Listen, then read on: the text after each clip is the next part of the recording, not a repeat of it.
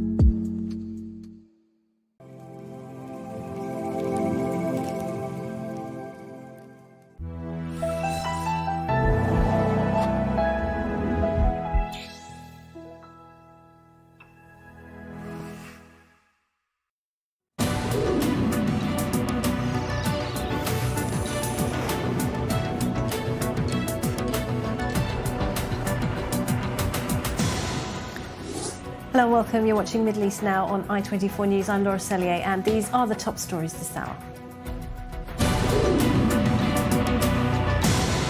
Syrian Bibas and her two young children are laid to rest in Israel. At the funeral, Syria's sister says the monsters across the border will not succeed. Jordan's King Abdullah welcomes Syria's interim leader al-Shara to Amman and condemns Israeli airstrikes on Damascus.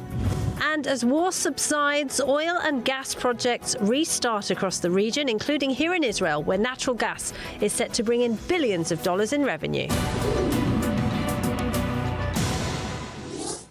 And we begin with what has been a very painful day in Israel, one of the most painful perhaps since October 7th. Thousands and thousands of people lining the streets today as Syrian Bibas and her two young boys, Ariel and baby Kfir, were finally laid to rest. Shiri's husband, Yarden, called on his late wife to protect him so that he would not sink into the darkness. More in this report. The Israeli nation mourns as thousands attend the funeral procession for slain Gaza hostages Shiri, Ariel and Kfir Bibas, who were laid to rest together in one casket on Wednesday near Kibbutz Nir Oz. Shiri, do you remember our last decision in the shelter? I asked you, fight or surrender? You told me fight, so I fought. Shiri, I'm so sorry I couldn't protect you. If only I had known what would happen, I wouldn't have shot.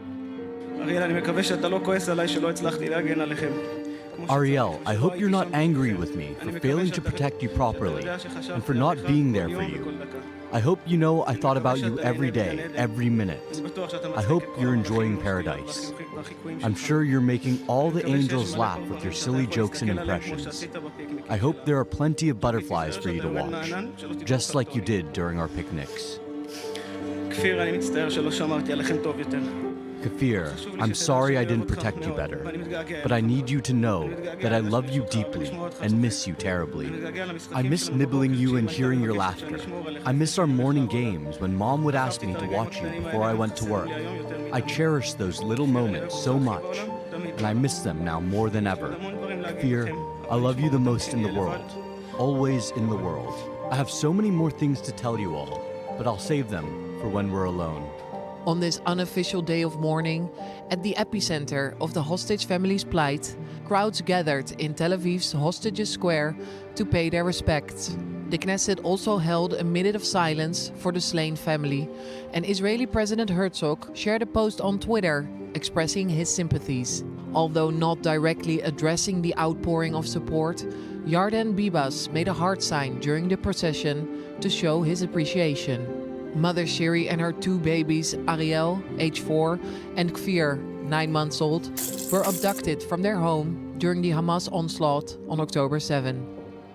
Their father, Yarden Bibas, was also taken, but released after 484 days of captivity during the first phase of the current Israel-Hamas ceasefire deal. Despite Hamas claiming Shiri and her two little boys were killed by an Israeli airstrike, the Israeli autopsy shows that they were murdered in cold blood by the hands of Hamas. The family with the orange-headed babies have become a symbol of a grieving nation who only now With the burial of Shiri, Ariel and Kfir, have started the road to recovery.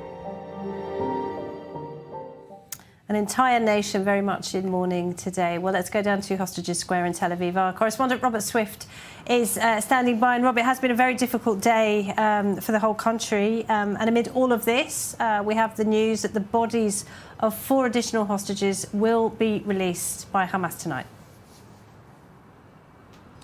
That's right. The impasse that seems to have held between Hamas and the Israeli government since Saturday appears to have to be moving forward.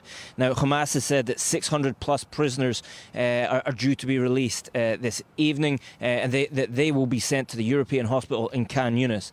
The Israeli Prime Minister's office has confirmed this, saying that 4 Israeli bodies will be returned tonight. Now, there's a couple of key points to this. First of all, the Prime Minister's office has said that this will be without the Hamas ceremonies that have angered the US and Israeli governments in recent weeks. And crucially, the timing of this is also something that remains up in the air. Hamas has said that the exchanges of the 4 hostages' bodies and the prisoners will be simultaneously.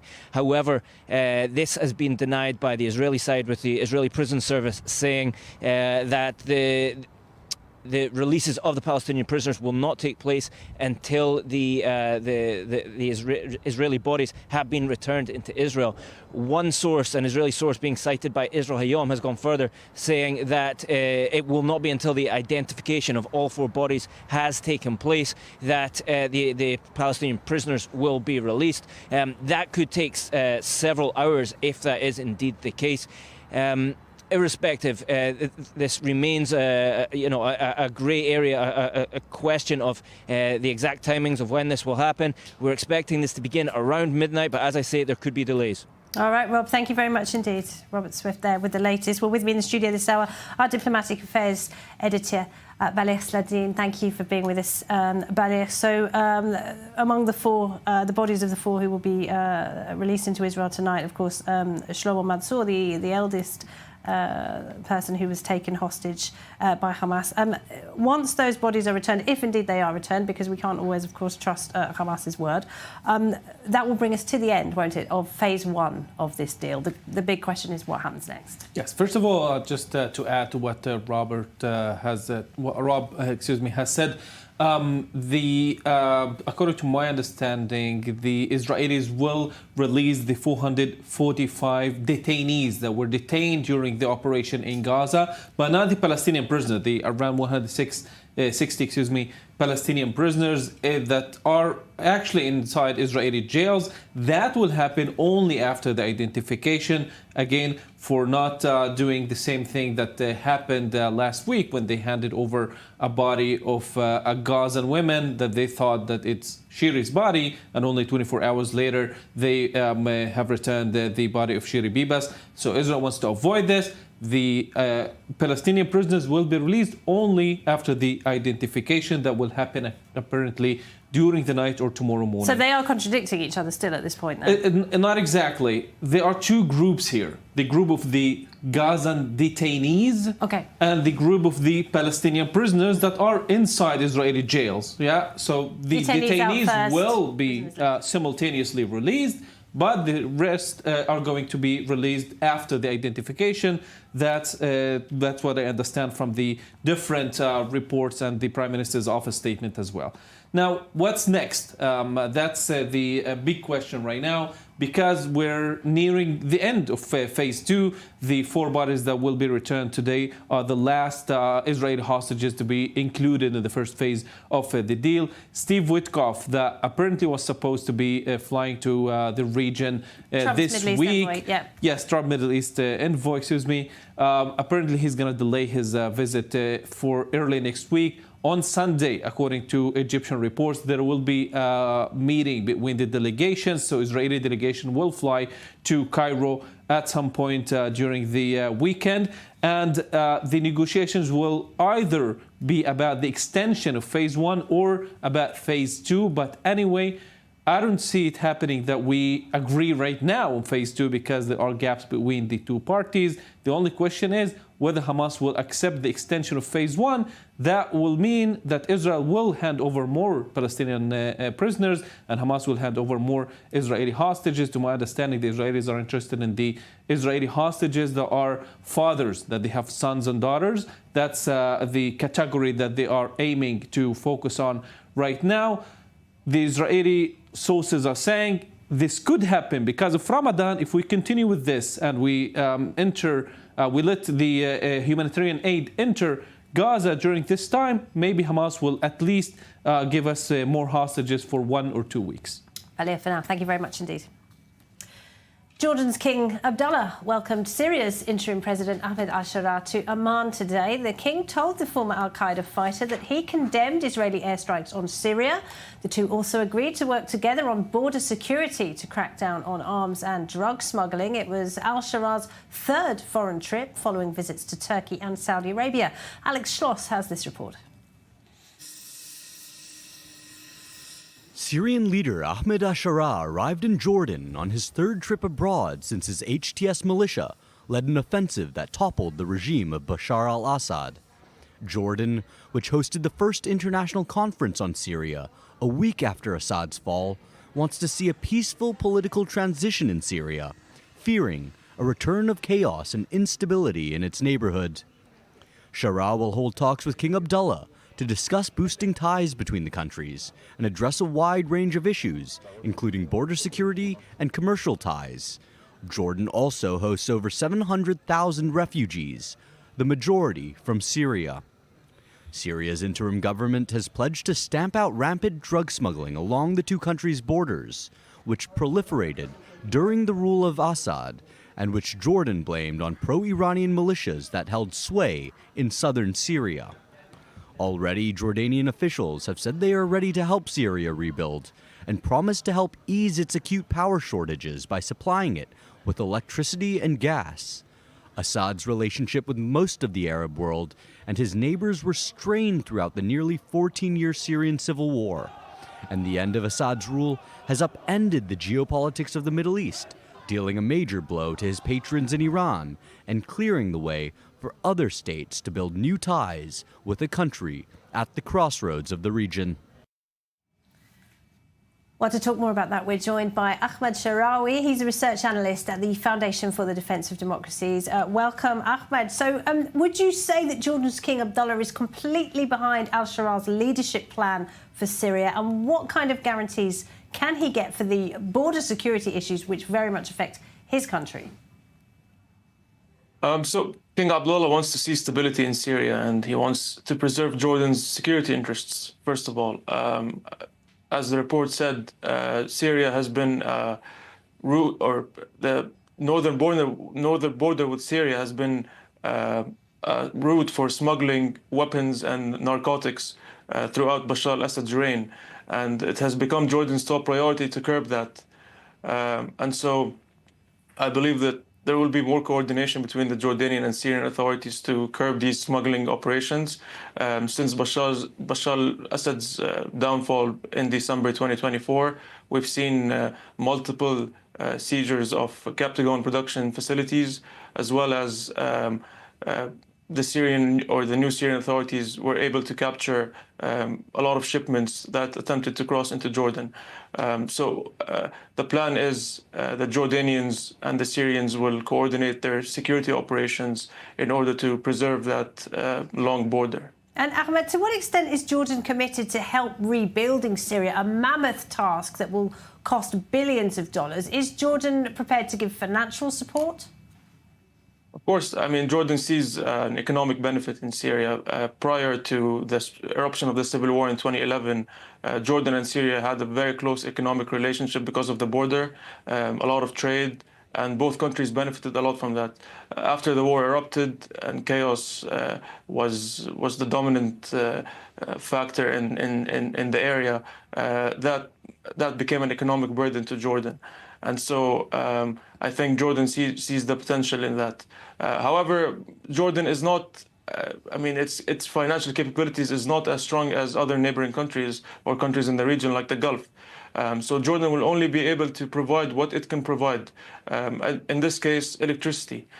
Jordan has been providing electricity to southern Syria since the downfall of the Assad regime. But I would assume that this might be expanded and increased with the improving security situation in other areas in Syria. Now, King Abdullah criticised Israel today and the airstrikes that Israel carried out on weapons facilities inside Syria. Al-Shara has repeatedly said he doesn't seek war with Israel, but with Israel saying it's got no plan to give up those strategic positions in the Golan Heights, and now it's offered to protect minorities in Syria. Israel's foreign minister talking about a federal Syria. Do you think that might change, particularly if he has the strong backing of countries like Jordan, Saudi Arabia, and of course Turkey? So, I mean, in the short term, I think Al-Shara's plan is to rebuild his state, unify all segments of the population, create a unified army, and settle the domestic issues. Of course, I think the post-October 7 Middle East has changed a lot of people's minds in terms of what they can do with Israel. I think Al-Shara understands that the security calculus taken by Israel has changed, and that if he looks at the Hamas leadership or the Hezbollah leadership, how they were decimated, I think he understands that provoking Israel into military action will result in his downfall or death. So I think that plays a very important role in influencing his decisions. Again, the Syrian people who have suffered suffered from conflict and bloodshed for 14 years, I don't think they would be willing to go to war with Israel, knowing that they are the more dominant and stronger military power. And just to go back to the Jordanian perspective, how can a good relationship with an ex-Al-Qaeda fighter like Shara help King Abdullah shore up his own position at home? Because he, of course, is a constant threat from Islamists and extremists, isn't he? Of course, I mean, it's not an easy option to take, given Mr. Al-Shara's previous his background as an Al-Qaeda fighter. However, I think what Jordan sees is that stability in Syria and securing its interests should top the priority list, and that would outweigh at least the chaos that was apparent during Bashar al-Assad's reign over Syria. So what Jordan wants right now is to preserve its national security. It wants to preserve its ability to counter any threats from the northern border. I think Jordan appreciates that there are no Iranian militias or Iranian-backed militias in southern Syria operating because of the downfall of the Assad regime, and they're trying to outweigh the risks of supporting Mr. Al-Shara. So for now, I think Jordan is being pragmatic in terms of its regional policies. I think it will assess its relationship with Mr. Al-Shara depending on the trajectory the Syrian state goes to. However, for now, I think the top priority is securing its national security interests. Ahmad Sharawi at the FDD, we appreciate it. Thank you very much. And Bali Sladin is with me still in the studio. I mean, but Israel has a lot on its plate right now, what with the hostage crisis. We've only just got a ceasefire with Hezbollah in Lebanon. I mean, what do you make of the foreign minister calling for a federal Syria, talking about the protection of minorities and all the rest of it? Yes, well, if we listen carefully to what the Prime Minister is saying and the statements in general from Israel over the past few months since the fall of the Assad regime, we can understand that Israel has two goals here. One is tactical, the other one is a strategic goal. The tactical goal is, of course, to prevent any October 7th-like scenario from Syria. So that's why Netanyahu is asking for complete disarmament of the south of Syria, Dar'a, Qnitra, and Suwaida. And the surprise attack, by the way, yesterday was more a show of force than actually annexing or, capturing more and more territory in Syria, because they also got back to their positions inside the buffer zone after it. I'm talking about the operation yesterday. Okay. Yes.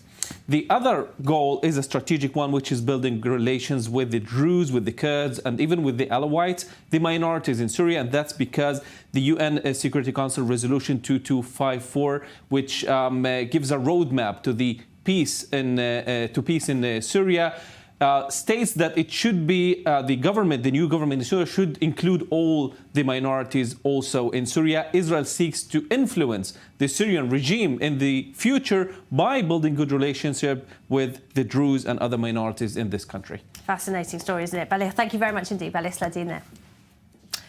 Meanwhile, Turkey's foreign minister has accused Israel of pursuing an expansionist agenda in Syria. Hakan Fidan criticised Israel's ongoing occupations, as he put it, in Syria and Lebanon. The foreign minister, Gideon Saar, has called for a federal Syria in order to protect minorities such as Kurds, Druze and Christians, none of whom were invited to yesterday's National Dialogue Conference in Damascus. Meanwhile, Turkey is engaged in its own power struggle with Russia. From Syria to Libya, the two countries are locked in a battle for influence and resources. More in this report. As Russian influence in the Middle East recedes, Turkish dominance is accelerating. From the fall of the Russian-backed Assad regime to the Turkish-backed HTS militia to the dual governments in Libya, Turkey is exercising its sway as a resurgent regional and perhaps global power. This week, Russian Foreign Minister Sergei Lavrov visited Ankara to discuss the war in Ukraine on the third anniversary of the Russian invasion. Today, as the war enters its fourth year, there is an initiative launched by the US that aims to end the war through negotiations. This situation coincides with the policy we have been following since the beginning of the war. At the same time, Syrian Foreign Minister Assad Shabani is also in Ankara to address the situation in his country, an issue at the top of the docket between Moscow and Ankara. In the period before the political leadership change in Syria, the US military presence played a negative role. It was a presence without any official invitation from the legitimate authorities. Now, the new legitimate authorities in Damascus are not beholden to their patrons in Russia, but rather the Erdogan government in Turkey.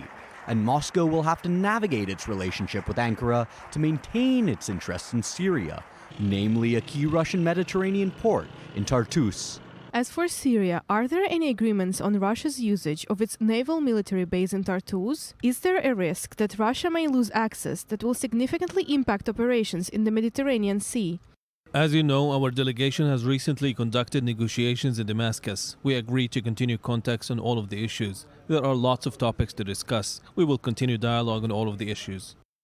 As Turkish influence expands, other countries with vested interests in the region will have to deal with the growing influence of Turkey as a major power broker. Well, let's discuss that in a bit more depth now. We're joined by Zineb Ribour. She's a research fellow at the Hudson Institute. Thanks very much for being with us, Zineb. Good to see you again. So, I mean, Turkey clearly won the day in Syria, didn't it? The Russians were chased out almost overnight. But is the global picture more complex? And broadly speaking, who's on top right now? Is it Russia or Turkey? Thank you very much for having me, Laura. I would say that Turkey definitely holds a greater leverage than Russia, despite its economic struggles. First of all, Turkey enjoys military independence. Unlike Russia, which relies on Iran for drones and intel, Turkey produces its own advanced weapons and expands its defense exports. Second, I would say that Turkey enjoys having a great soft power, not just through its military operations in Syria and Libya, but also through the organization of Turkic states. Turkey deepened ties with Central Asia, countering Russian and Chinese influence. And finally, I would say that Turkey has something that Russia desperately wants, which is strategic flexibility. Unlike Russia, which faces isolation, Turkey balances relations with NATO, the EU, the global South, and maximizes its geopolitical influence. So while Russia holds nuclear and global military power, Turkey's independence, regional dominance, and its capacity really for alliance building gives it a growing strategic leverage. So, Zineb, would you say Russia and Turkey are clear adversaries, or is there some kind of realpolitik cooperation in some parts of the world? No, I think the Turkish-Russian relationship is really a centuries-old game of chess, sometimes allies, often rivals, but they're always maneuvering and trying to work either together or against each other. Eurasia is really their battleground of influence, with Turkey playing with its own rules and EU nations tied to Brussels red tape. Russia may not always like Ankara's moves, for example, as you're talking about Syria, but it really respects Turkey as an independent power that doesn't wait for permission to act. Turkey has increasingly positioned itself as something of a champion of Ukraine. We saw, of course, President Zelensky was in Turkey earlier this week while the Russian delegation was meeting with the Americans in Riyadh. Turkey's more of a champion of Ukraine than the United States at this point, I think it's fair to say. What is Erdogan's strategy here? Well, I think that Erdogan is trying really to push hard to, first of all, strengthen NATO ties while maintaining independence. I think having a good relationship with NATO members is really important with Turkey. It also reinforces Turkey's role within NATO without really compromising its independent foreign policy. Second, I think that for Turkey right now, it's extremely important to show that it has geopolitical leverage. Let's not forget that Turkey is competing with Russia in North Africa, in the Middle East, but also in the Caucasus, and it needs to show to Russia that it has the ability to shape the fate of its military operations. Third, and I think this is the most important point, Ukraine dominated by Russian influence is bad news for Turkey. A strong Ukraine prevents Russian dominance in the Black Sea and secures Turkey's strategic interests. It also limits Russian expansion, which will also reduce security risks for Turkey's borders and regional sphere of influence. Let's not forget also about the Black Sea grain deal, where Turkey played a huge role and positioned itself as a key mediator and power broker. And I think Erdogan sees an opportunity to reinforce Turkey's position. And just a quick word on Syria once again. Do you think this is a definitive end to Russia's influence in Syria? So what I think is that even if the Russians are able to keep their military bases, keep a certain type of offices or whatever, have a new diplomatic ties, I do not think that they will be able to operate as they used to, for the simple reason that they relied immensely on Iran, on Iran's proxies, on Hezbollah's soldiers and others to conduct their operations, and they just simply do not have that instrument anymore. Second, I do think that the new government, one of the conditions they will have to face and they will have to abide to when they're talking to other countries to recognize the new government is that no foreign power should have immense leverage over us. Zineb, we have to leave it there. We're out of time, but thank you very much, Zineb Ribua from the Hudson Institute. We appreciate it. Thank you. We're taking a break. Stay with us.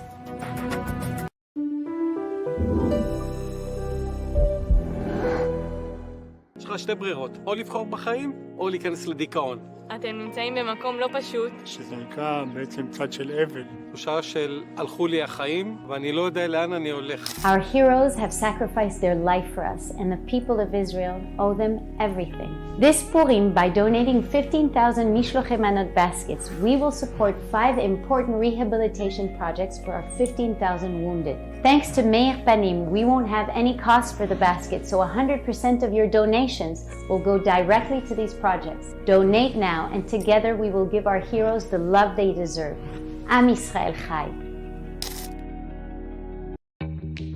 Copper, heat therapy, cold therapy, Theralite warm-up, microcurrent tech, extension handle. This is the ProSage Thermo Copper, the latest percussion massage gun tech advancement available from Evertone. The ProSage Thermo Copper is the only 6-in-1 percussion massage gun with warm-up technology, hot and cold therapy, microcurrent, and now are you ready for this? The benefits of copper. Get deep muscle warm-up technology and a professional athlete-level massage for full-body recovery and relief. Back in 2018, Evertone's invention of the ProSage created the craze in the market for advanced professional-level percussion massage. Featured on The Talk, Entertainment Tonight, CNN, and others, the ProSage Thermo Copper 6-in-1 is a powerful percussion massager with our patented Theralite warm-up technology, advanced copper head therapy with unique copper benefits, our proprietary heat therapy head for deep muscle penetration, and the cold therapy head for soreness and inflammation. Microcurrent tech for pain recovery and restoration, and it even comes with our newest extension handle, so you can reach anywhere on your body. This makes the cordless ProSage Thermo Copper 6-in-1 with 5 unique massage heads the most advanced professional-level massage gun available. The gold standard in massage guns is now the ProSage Thermo Copper with targeted pain relief.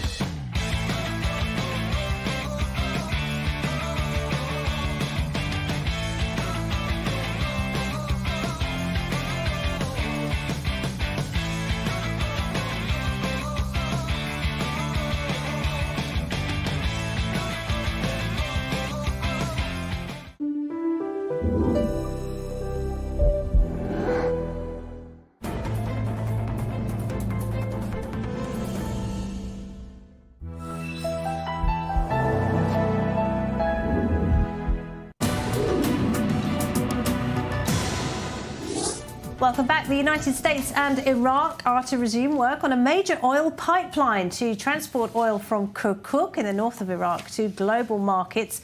It was shut down almost 2 years ago over regional cost disputes. Sectarian war and conflict has been a major setback for Iraq's oil exports, but now the US Secretary of State Marco Rubio and Iraq's Prime Minister al-Sudani agree that the project needs to get back on track. The British oil giant BP has just unveiled a multi-billion-dollar deal to redevelop Iraq's oil and gas fields. In fact, energy projects that were put on hold because of war and conflict are quietly restarting across the region, including here in Israel. The US is backing a deal between Israel and Azerbaijan's state oil company, which is buying a 10% stake in the Israeli offshore gas field Tamar, while the US giant Chevron is boosting its production at the offshore Leviathan field. The natural gas industry here is tipped to bring billions of dollars in revenue to the Israeli treasury over the next few years. We're here to talk a bit more about that. I'm joined in the studio by Amir Foster.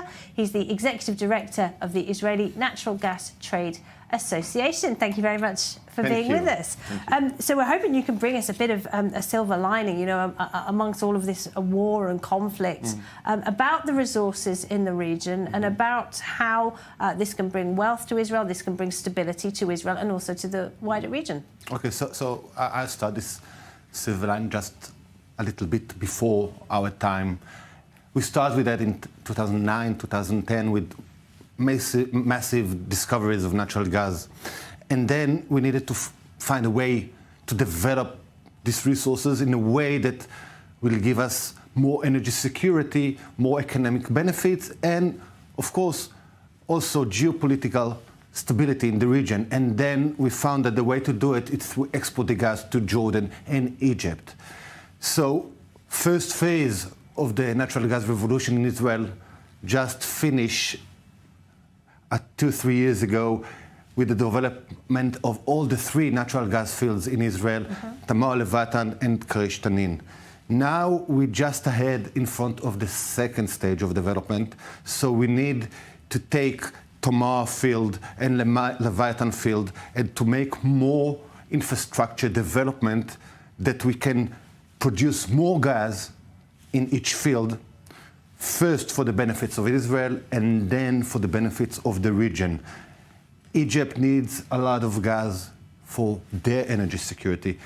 Jordan needs natural gas for their energy security. So it's kind of a way of like a 100% win-win situation between the countries in the region, that all this development allow us to finance these massive gas fields. So the idea is if these countries like Egypt and Jordan are dependent on Israel for energy, there will be less likely to attack Israel or to support. Yeah, I don't want to say depend, but I want to say everybody. Yeah, there is. I didn't found, and I'm dealing with energy for a long time. I didn't found common interest like that between Israel, Egypt, Jordan. And I believe, I'm not a politician or geopolitical expert, but I believe that this kind of long-term contracts, because it's not a contract for 1 year or 2 years, it's 15 years, 20 years contracts. So it's something that really can make more stabilized region. And did the war set back these projects? And are we seeing that pick up again now? Yeah. So actually, before the war, we had in Israel a bid round, like the government make a bid round for more exploration licenses. And first time ever, like the majors came to Israel. It was like a dream before, because in the beginning, it was a lot of instability in the regulation in Israel. So they didn't want to come because of that, and they didn't want to come because they're afraid that if they will come to Israel, they won't have business in the Arab world. And then they saw that we are doing business with the Arab world, and successful one for both sides. So everybody came from Italy, England, Korea, Azerbaijan, everywhere came to Israel, and then the war started. So naturally, it was all put on hold. Yeah, but you are seeing. But they didn't go. They didn't back. Cancel it. Yeah, exactly. So this is something interesting also to see. And now we saw soccer. The Azerbaijani national that company make another step. And this is interesting. So I have a lot of optimism You're optimistic about the future. To more discoveries and to more cooperation in the region, and everybody benefits from that. And can I just ask you about Lebanon? Because, of course, just before the war, Israel signed a maritime border deal with the government of Lebanon, even though the two countries are technically still at war. Hezbollah kept threatening to attack Israel's infrastructure, the gas fields there. It never did. Do you have an idea why? No, I don't know. I don't really deal with those kind of things. But they try to explore gas in their field in Lebanon with Total. And they didn't succeed to find something yet. Maybe if they will do some more drilling over there, they will find. But for now, they didn't find. All right. So Israel is potentially a world power in this area. Yeah. Excellent. Yeah. All right, Amir, thank you. We appreciate it. Amir Foster there. Thank you so much. Now, Reza Pahlavi, the son of the late Shah of Iran, says there is a window of opportunity to create a new reality for Iran and its people. He spoke to my colleague at our Hebrew channel, Miri Michaeli. Take a listen. We do feel our winds of change in the Middle East, in Syria, in Lebanon, and even Gaza, maybe with the help of the U.S. President Trump. If we add to that the fact that the Iranian regime was attacked by Israel, and you yourself said that Iran is weaker than it has ever been, and the protests that took place on Iran's Revolution Day on February 10th in Iran, is there an opportunity here? And is now the time?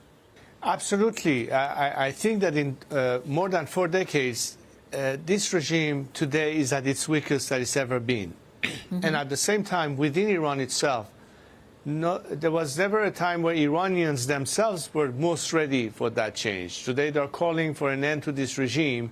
A few years ago, the narrative was still within the context of reforms. Former reformers today are joining forces with us. We see more and more defections and fragmentation of the regime. What needs to happen, however, is that many countries in the Western world have to reset their policy, and rather than thinking that appeasement and negotiation is the way to go, they need to understand that the only way to solve the problem ultimately and terminally is to put an end to this regime. Why? Because unlike this regime and its DNA of antagonism, the Iranian people, unlike the regime that is a warmonger, want to be part of the equation as peacemakers. We want to be at peace with our world, with our region. Iranians have no hostility or animosity to the Jewish state, to our Israeli friends and the Jews, or for that matter, the Arabs or the Saudis or anybody else.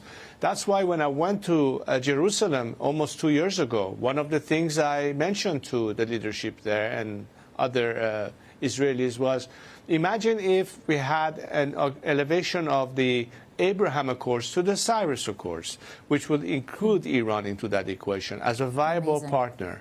But I must say, and I'm not saying this because I'm Iranian, it's because Iran can play a key role in bringing about that balance. But which Iran are we talking about? Are we talking the Iran of the clerical regime, or Iranians as secular democrats that are sharing the very same values of this free world?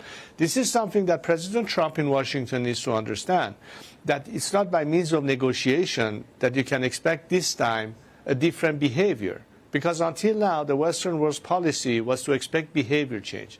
This regime cannot change its behavior as it cannot change its DNA. What needs to happen is the change of regime, not because the outside world says so, but because the Iranian people want so. But once the regime is gone, any existential threat to Israel, any instability in the region, any threat coming by via funding terrorism or radicalism or whatever it is, including, of course, the nuclear threat, they will all evaporate at the same time. Now, there's a window of opportunity that we have right in front of us.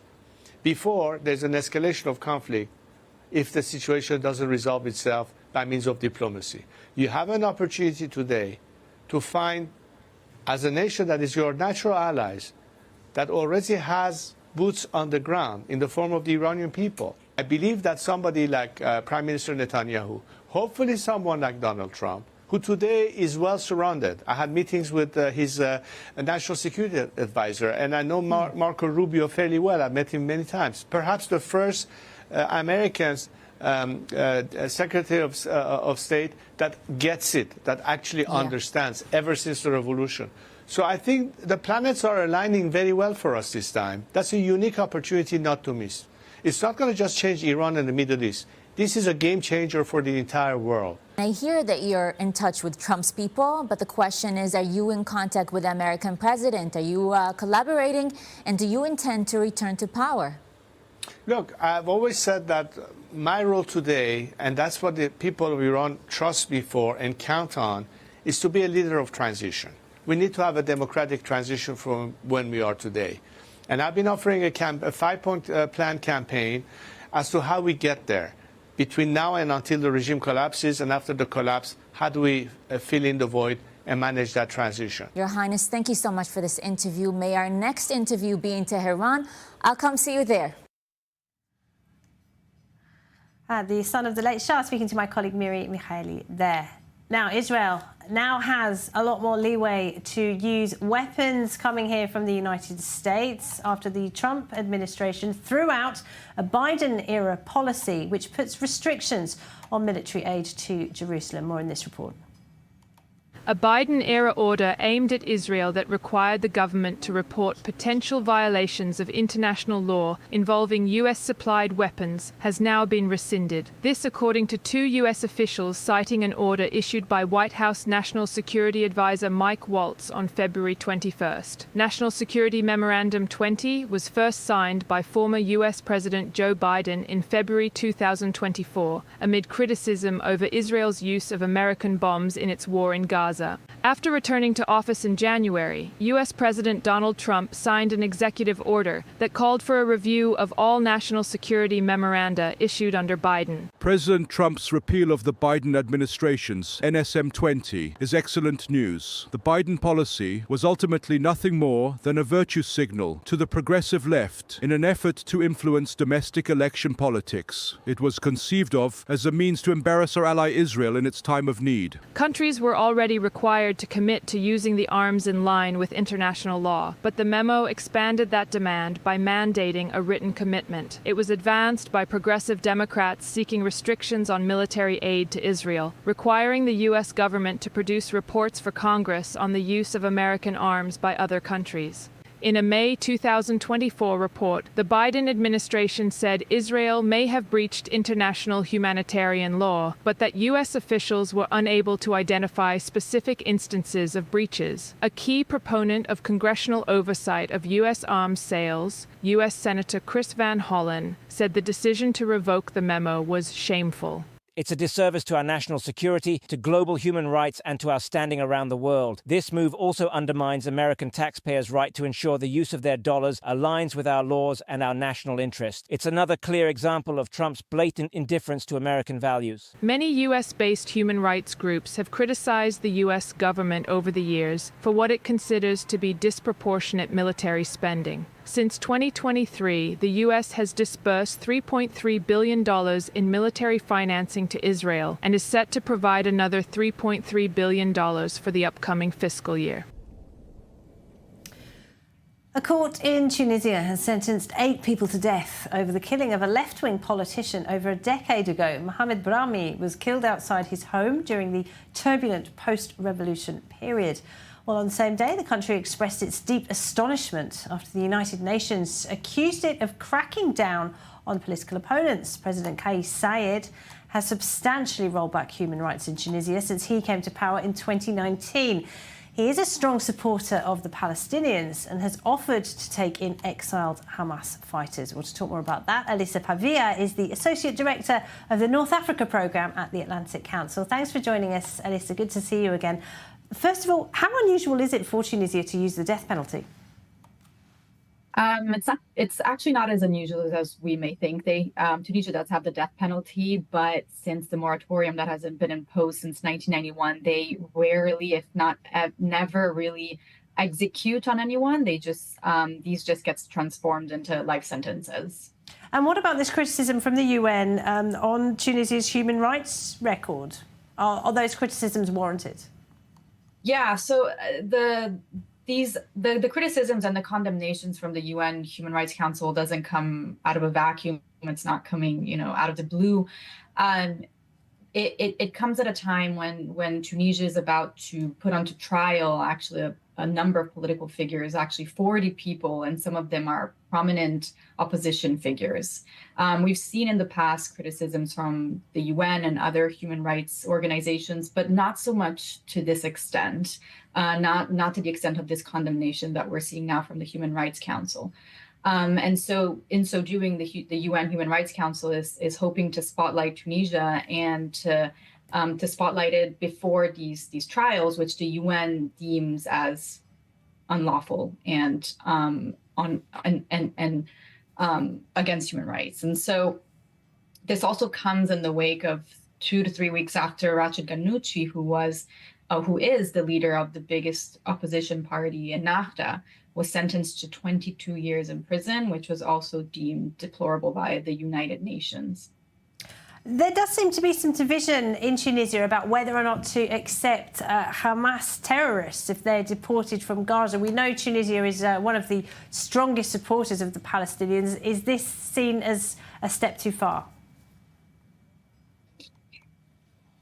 By some, it would be considered a step too far. By others, however, within the country, there's big support for the Palestinian people, which then reverberates into support to Hamas, which is seen as a freedom fighter group rather than a terrorist organization. And so, yes, there's been pushback, but it wouldn't be surprising if Hamas leaders were to be given permits to stay in Tunisia. Tunisia will be taking part in the Arab League summit on Gaza in Cairo next week. What is Tunisia's position when it comes to the future for the Strip? They are against any sort of relocation of the Gazan people. And what we've seen is historically they've been they've been in favor of a two-state solution. But with the new president, Kais Saied, we've seen a more drastic position being held, where he seems to be advocating for a one-state solution, but in favor of the Palestinians. And so some have actually questioned whether that means the erasure of Israel from the map.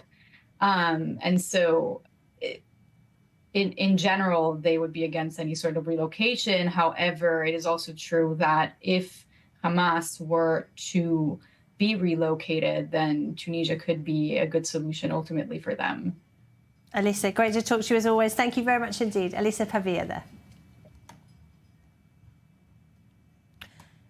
Now, there's further evidence of the growing threat from ISIS now. Moroccan authorities have just dismantled a cell that they say was plotting imminent attacks in the Western Sahara region. This is one of the reasons Morocco says it needs to strengthen its authority there.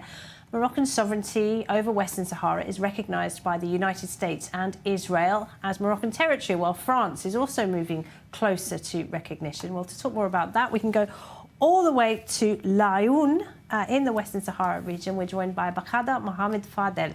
He's the manager of the Political and Strategic Studies Centre at the movement Sahrawis for Peace. Thank you very much for being with us.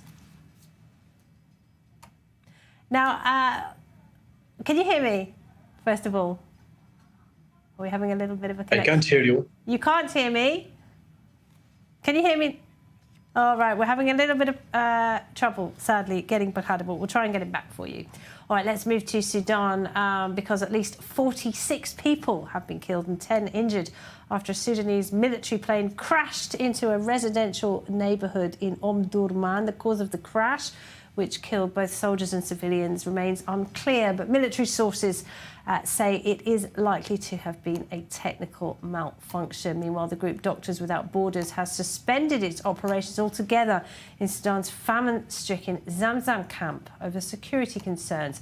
MSF says that the ongoing fighting between the Sudanese army and its rival, the paramilitary RSF, has intensified in the camp in North Darfur. They say that there has been shooting at ambulances and targeting of health workers, and they're calling for a quick resolution to the situation there. So we had to take this outbreaking decision to totally suspend our activities. So far there is no more MSF activity since a couple of days now in Zamzam. Because the security was unbearable for our team. They were not able to work anymore. They didn't have enough capacity. What we are requesting is all the warring party to find to offer at least a way for the civilian to escape. So for them to find a safe place to stay and at least to protect the humanitarian worker and the health facility. Shooting at ambulance, targeting health facility is something that is not possible even during war. It's something that we cannot accept and which should not happen. And we saw that Saudi hospitals have been targeted for months. And last attack, 70 people died because of an attack directly targeting the health facilities there. So a free corridor for civilians to escape, including our staff, and also respect of all the health facilities. And a reminder that hundreds of thousands have been killed and millions displaced in Sudan's ongoing civil war. Now, there are further signs of the growing threat from ISIS. Let's go back to Laayoune in the Western Sahara region of Morocco. We're joined by Bakhada Mohamed Fadel from the group Sahrawis for Peace. So tell us, Bakhada, how much of a threat is ISIS in your part of the world? Well, good evening. And nice to meet you again. Well, it's obvious that terrorists and extremist groups always feed on weak security conditions and the state of war in order to penetrate societies. In the Sahel region, Algeria's southern borders with Mali, Niger, Mauritania, and Libya are considered the secure areas outside the scope of international control. And they are of fertilized houses for the spread of extremists toward West and North Africa. This group exploits smuggling, drugs trafficking, and human trafficking in order to their leaders to move smoothly.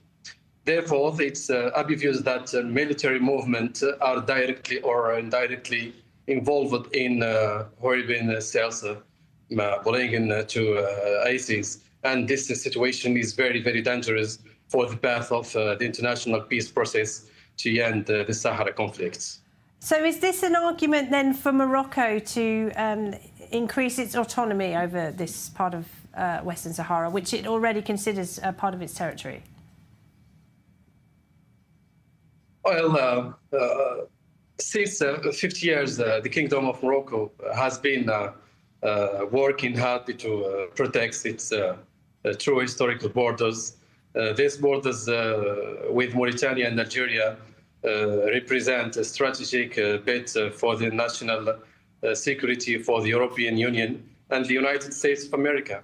In fact, Morocco has been largely successful in protecting its border by reducing the smuggling and prohibited goods and legal immigration. Does your group support Morocco's autonomy plan for Western Sahara? Well, as a part of the efforts made to resolve the Sahara conflict in a peaceful manner, Morocco represents in 2007 a proposal for autonomy under Moroccan sovereignty, and since that moment until today, recognitions of this proposal has been received by countries from different continents with regard to the French recognition of Moroccan Sahara and support for the autonomy proposal. The speech of French President Emmanuel Macron in October 2024 from within the Moroccan parliament was a very important historical milestone, as His Majesty's King Mohammed VI noted the strength of Moroccan-French relations and their recognition of the autonomy proposal, which was greatly strengthened by the visit of Mr. Gérard Larcher, President of the French Senate, to Rabat last week, or this week, I'm sorry, where he was received by Mr. Sidi Mohammed Ould Rashid, the President of the Moroccan Houses of Advisors. Then he was received by Mr. Khalil Ould Rashid, the President of the Royal Advisors Council for Saharan Affairs. Then he headed to the capital of the region, the city called Laayoune, 2 days ago, where I am currently, where he was received by the political elite and sheikhs of tribes, of Sahrawi tribes. And Mr. Gérard, well. All right. Yeah, it looks like the French are moving ever closer, aren't they, to full recognition of Moroccan sovereignty there. We're going to have to leave it there, Bakhada, but we appreciate it. Thank you very much indeed, Bakhada Mohamed Fadel, there, all the way from Laayoune in Western Sahara, Morocco. Well, that's it for the show tonight. Many thanks for watching. Do stay with us on I24 News. Benita Levin is up next with the rundown. Good night.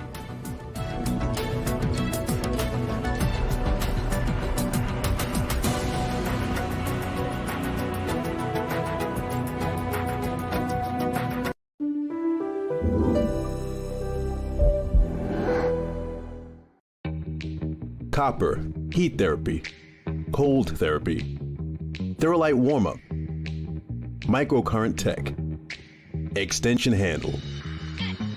This is the ProSage Thermo Copper, the latest percussion massage gun tech advancement available from Evertone. The ProSage Thermo Copper is the only 6-in-1 percussion massage gun with warm-up technology, hot and cold therapy, microcurrent, and now are you ready for this?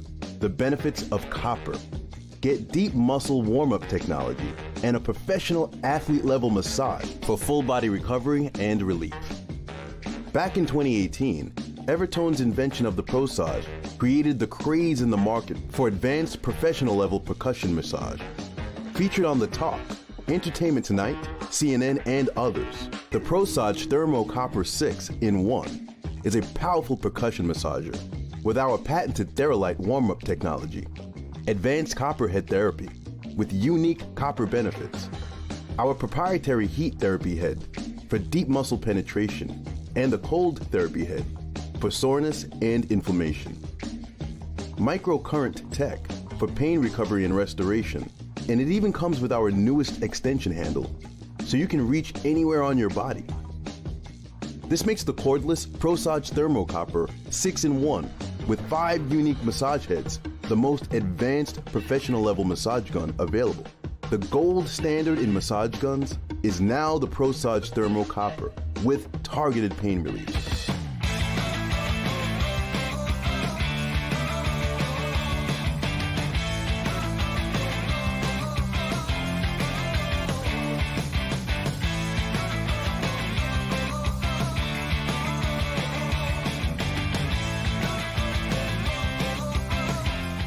לך שתי ברירות, או לבחור בחיים, או להיכנס לדיכאון. אתם נמצאים במקום לא פשוט. שזה נקרא בעצם צד של אבל. תחושה של הלכו לי החיים, ואני לא יודע לאן אני הולך. Our heroes have sacrificed their life for us, and the people of Israel owe them everything. This Purim, by donating 15,000 Mishlochei Manot baskets, we will support 5 important rehabilitation projects for our 15,000 wounded. Thanks to Meir Panim, we won't have any cost for the basket, so 100% of your donations will go directly to these projects. Donate now, and together we will give our heroes the love they deserve. Am Yisrael Chai.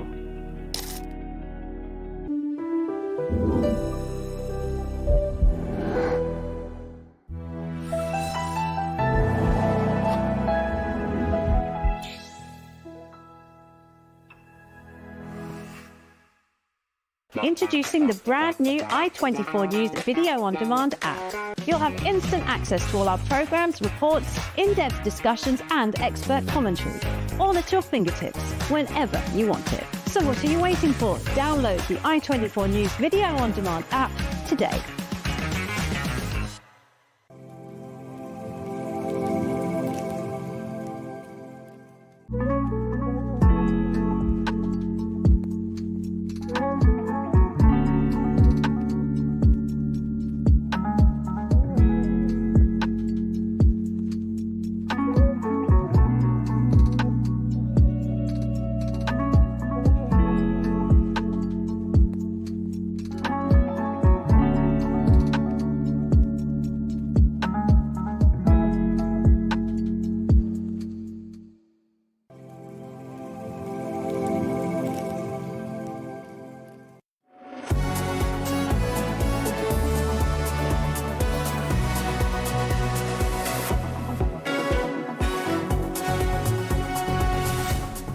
This is the rundown on I24 News. I'm Denise Levine.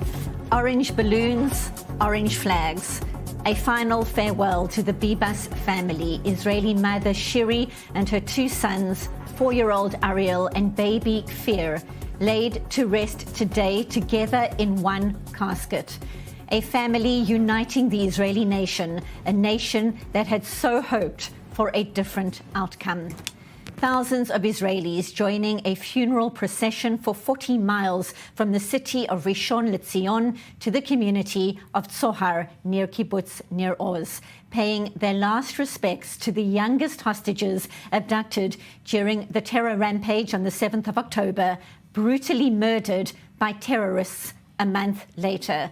Their bodies returned to Israel late last week after more than 500 days, ending an agonizing wait for their relatives, their community, and the nation. Jordan Bibas, held separately in terror captivity in Gaza and freed earlier this month, apologizing to his young family at their funeral today, saying he wishes he could have protected them. More in this report. The Israeli nation mourns as thousands attend the funeral procession for slain Gaza hostages Shiri, Ariel, and Kfir Bibas, who were laid to rest together in one casket on Wednesday near Kibbutz Nir Oz. Shiri, do you remember our last decision in the shelter? I asked you, fight or surrender? You told me fight, so I fought. Shiri, I'm so sorry I couldn't protect you. If only I had known what would happen, I wouldn't have shot. Ariel, I hope you're not angry with me for failing to protect you properly and for not being there for you. I hope you know I thought about you every day, every minute. I hope you're enjoying paradise. I'm sure you're making all the angels laugh with your silly jokes and impressions. I hope there are plenty of butterflies for you to watch, just like you did during our picnics.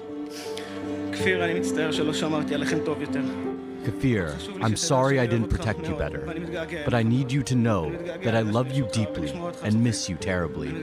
I miss nibbling you and hearing your laughter. I miss our morning games when Mom would ask me to watch you before I went to work. I cherish those little moments so much, and I miss them now more than ever. Kfir, I love you the most in the world, always in the world. I have so many more things to tell you all, but I'll save them for when we're alone. On this unofficial day of mourning, at the epicenter of the hostage family's plight, crowds gathered in Tel Aviv's Hostages Square to pay their respects. The Knesset also held a minute of silence for the slain family, and Israeli President Herzog shared a post on Twitter expressing his sympathies. Although not directly addressing the outpouring of support, Jordan Bibas made a heart sign during the procession to show his appreciation. Mother Shiri and her two babies, Ariel, age 4, and Kfir, 9 months old, were abducted from their home during the Hamas onslaught on October 7. Their father, Jordan Bibas, was also taken, but released after 484 days of captivity during the first phase of the current Israel-Hamas ceasefire deal. Despite Hamas claiming Shiri and her 2 little boys were killed by an Israeli airstrike, the Israeli autopsy shows that they were murdered in cold blood by the hands of Hamas. The family with the orange-headed babies have become a symbol of a grieving nation who only now, with the burial of Shiri, Ariel and Kfir, have started the road to recovery. Beyond devastating. And now for more, we go to our correspondent Robert Swift. He joins us from Hostage Square in Tel Aviv, a nation in mourning, Rob. Tears across the country as the public watched televised footage of Jordan Bibas addressing his wife Shiri and their 2 beautiful boys, Ariel and baby Kfir, at the funeral today. All 3 brutally murdered in captivity. Difficult to process. What is happening there at Hostage Square? That's right. So since October the 7th, certain hostages have become focal points for the Israeli public. But unlike in the case of Noah Argamani or the Nachal Oz observers, with the Bibas families, who were one of the most iconic of the hostages, the story is not the ending that the Israeli public was looking for. And that is why today we've seen such an outpouring of grief with well-wishers and mourners along the sides of the roads. Taking part in the funeral. While it was a private funeral, the Israeli public were in their own way a part of that. Now, thousands of those well-wishers were here in Hostages Square earlier in the day. Hours later, those numbers have reduced, but there's still a steady trickle of people coming here. I'm just going to step aside so you can see the shrine that's been set up behind me, where people continue to come to place flowers, orange flowers in the colours of the Bibas boys, and that people are coming here, placing candles and also placing children's toys. Now, as well as these well-wishers, a little bit earlier in the day, Yair Horn, himself a former hostage, his own younger brother still held hostage inside Gaza, he came here to pay his respects to the Bibas family. Let's have a listen to what he had to say. For you, they are the Bibas family, but for me, they are Shiri, Jordan, little Ariel, and Kfir. Ariel was my friend, a 5-year-old boy. When he first saw me, he ran away from me, but after a week, he recognized me and ran towards me. I managed to connect with him. I started to do the same thing with Kfir, and that's where it ended. They took them away from me. They took them away from Jordan. I'm sorry they're not here. My heart is broken. There are still 63 hostages in the tunnels. Among them is my little brother, Eitan Horn. Until Eitan and all the others return, I'm not truly here. My body may be here, but my soul is not. I ask you, please help me bring all my brothers and sisters back, because until everyone returns, I haven't really returned either.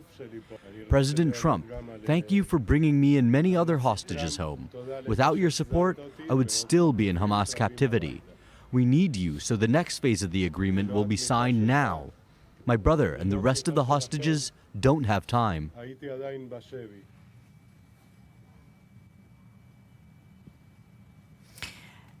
Just gut-wrenching to hear that message. So heartfelt, so much pain as well. And of course, Rob, members of the public, young and old, came out with orange balloons symbolizing Ariel and Kfir's red hair and Batman masks because Ariel was a big Batman fan. People holding signs saying sorry. What else did people say on this very difficult day? Yeah, that's right. The Israeli public really have taken this family to their heart, especially with Yarden since his return, an outpouring of sympathy for him. The footage we saw earlier of the vehicles moving to the funeral through the public space, it was noticeable that a lot of people were shouting "Slicha," sorry, to the vehicles as they move past. Some of the signs behind me, the orange hearts, have that written on them too. And that has been the feeling of the public towards this family, a feeling that essentially the Israeli state and the Israeli public, in this case, they didn't get the outcome that they wanted. The Bibas family were failed. Speaking earlier at the funeral, Ofri Bibas Levi, Yarden's sister, said that she believed they could have saved you, but preferred revenge. This is what she said with regards speaking to Ariel, Kfir, and Shiri. And this sentiment that more should have been done, I think, encapsulates the general mood of much of the Israeli public at the moment.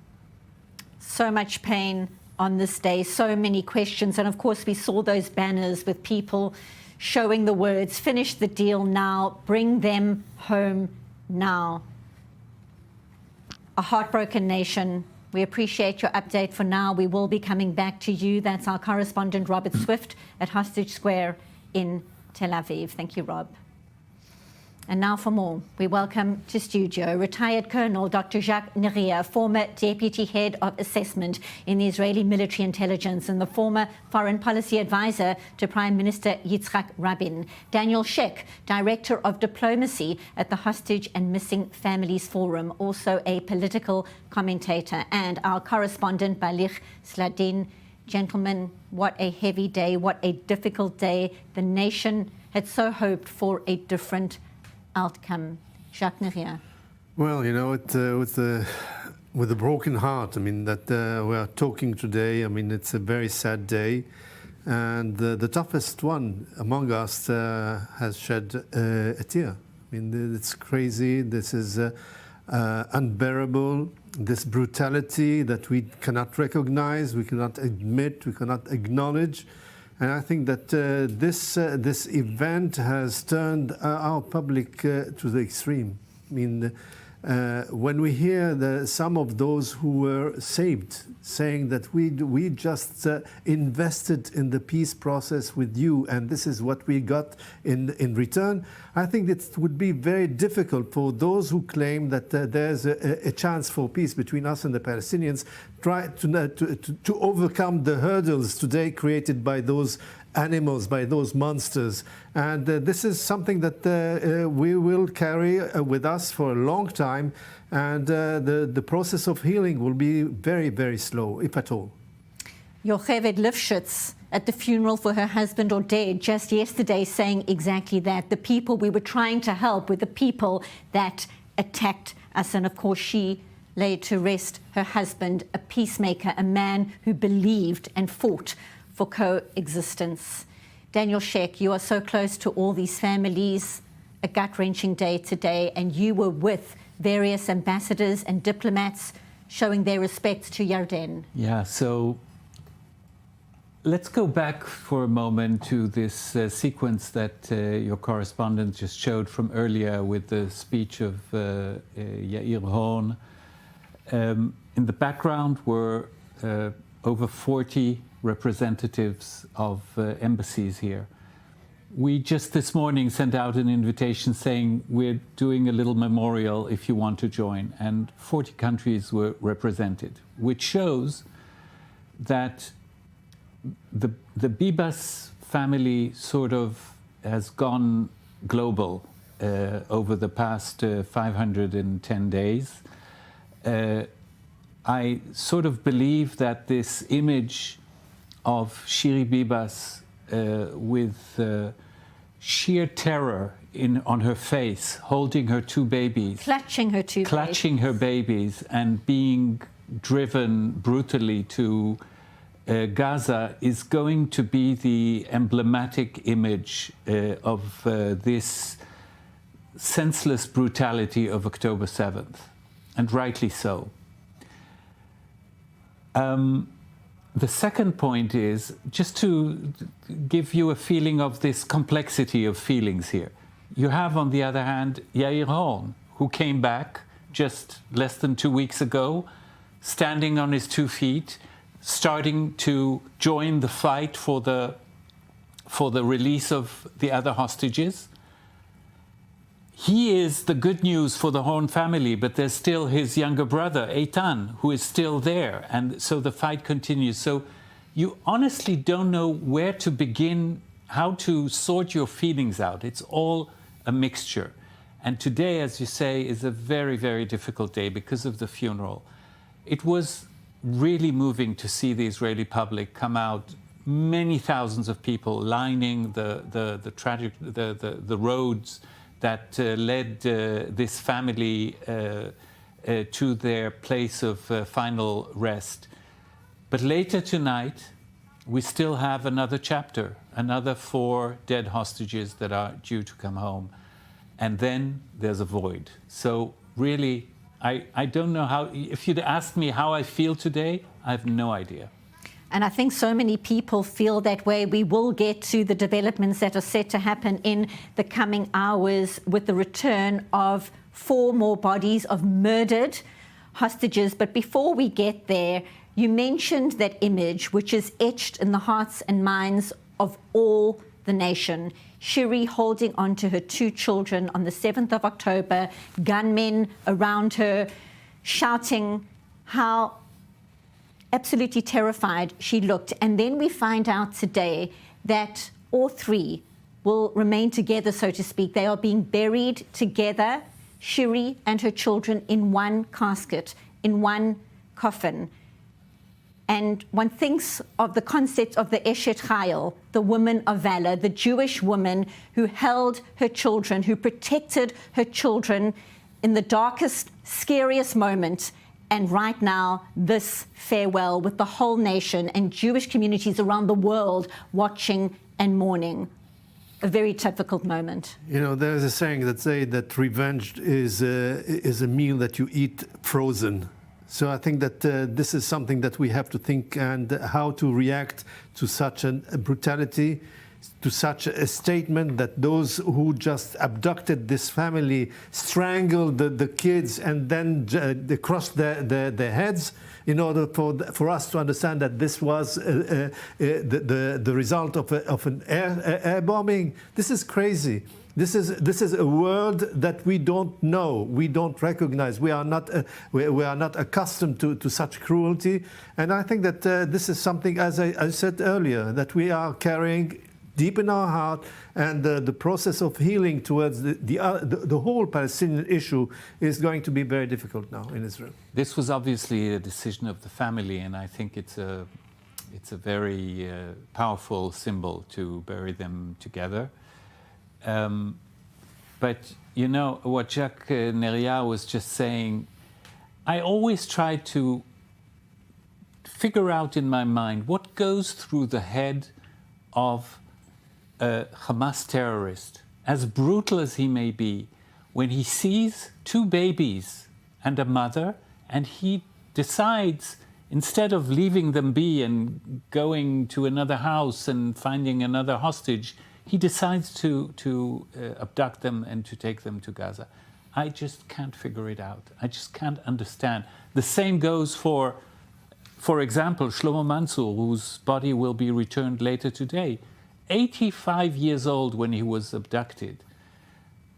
Why do you do this? I mean, what goes through your head when you decide to do this? It's abundantly clear that after more than 16 months, Israel clearly doesn't understand how the terror network thinks. And as you say, not only the brutal murder of a baby and his brother, but elderly peace activists who had fought for a future that would look so different for the whole region. That's random, because obviously the terrorists didn't choose among the people to know who's a peace activist but and who isn't. But presumably they would have known but after several weeks. But in some cases they knew the people, so I'm not sure they chose them because of that, but they knew that. I mean, these communities are definitely, overwhelmingly, let's say, a peace-leaning, clearly.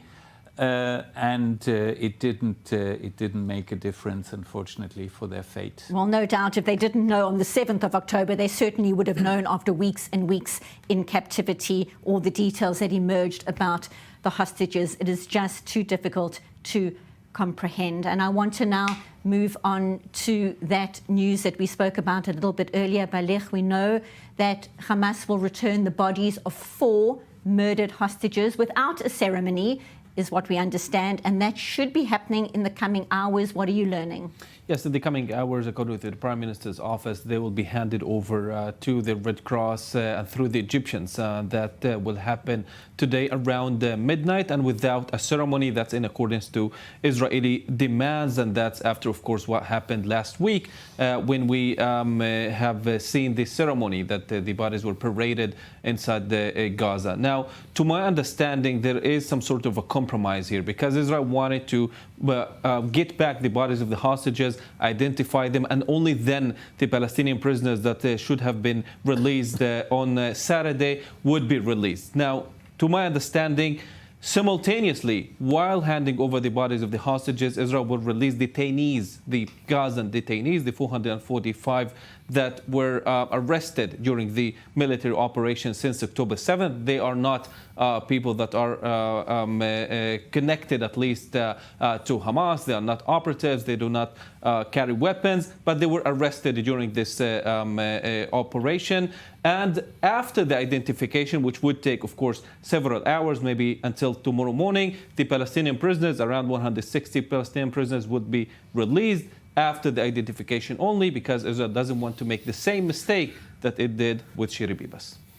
And just to be clear, that was a level of evil that Israel, again, did not understand, that Hamas would send back the body of a Gazan woman, not Syrian Bibas.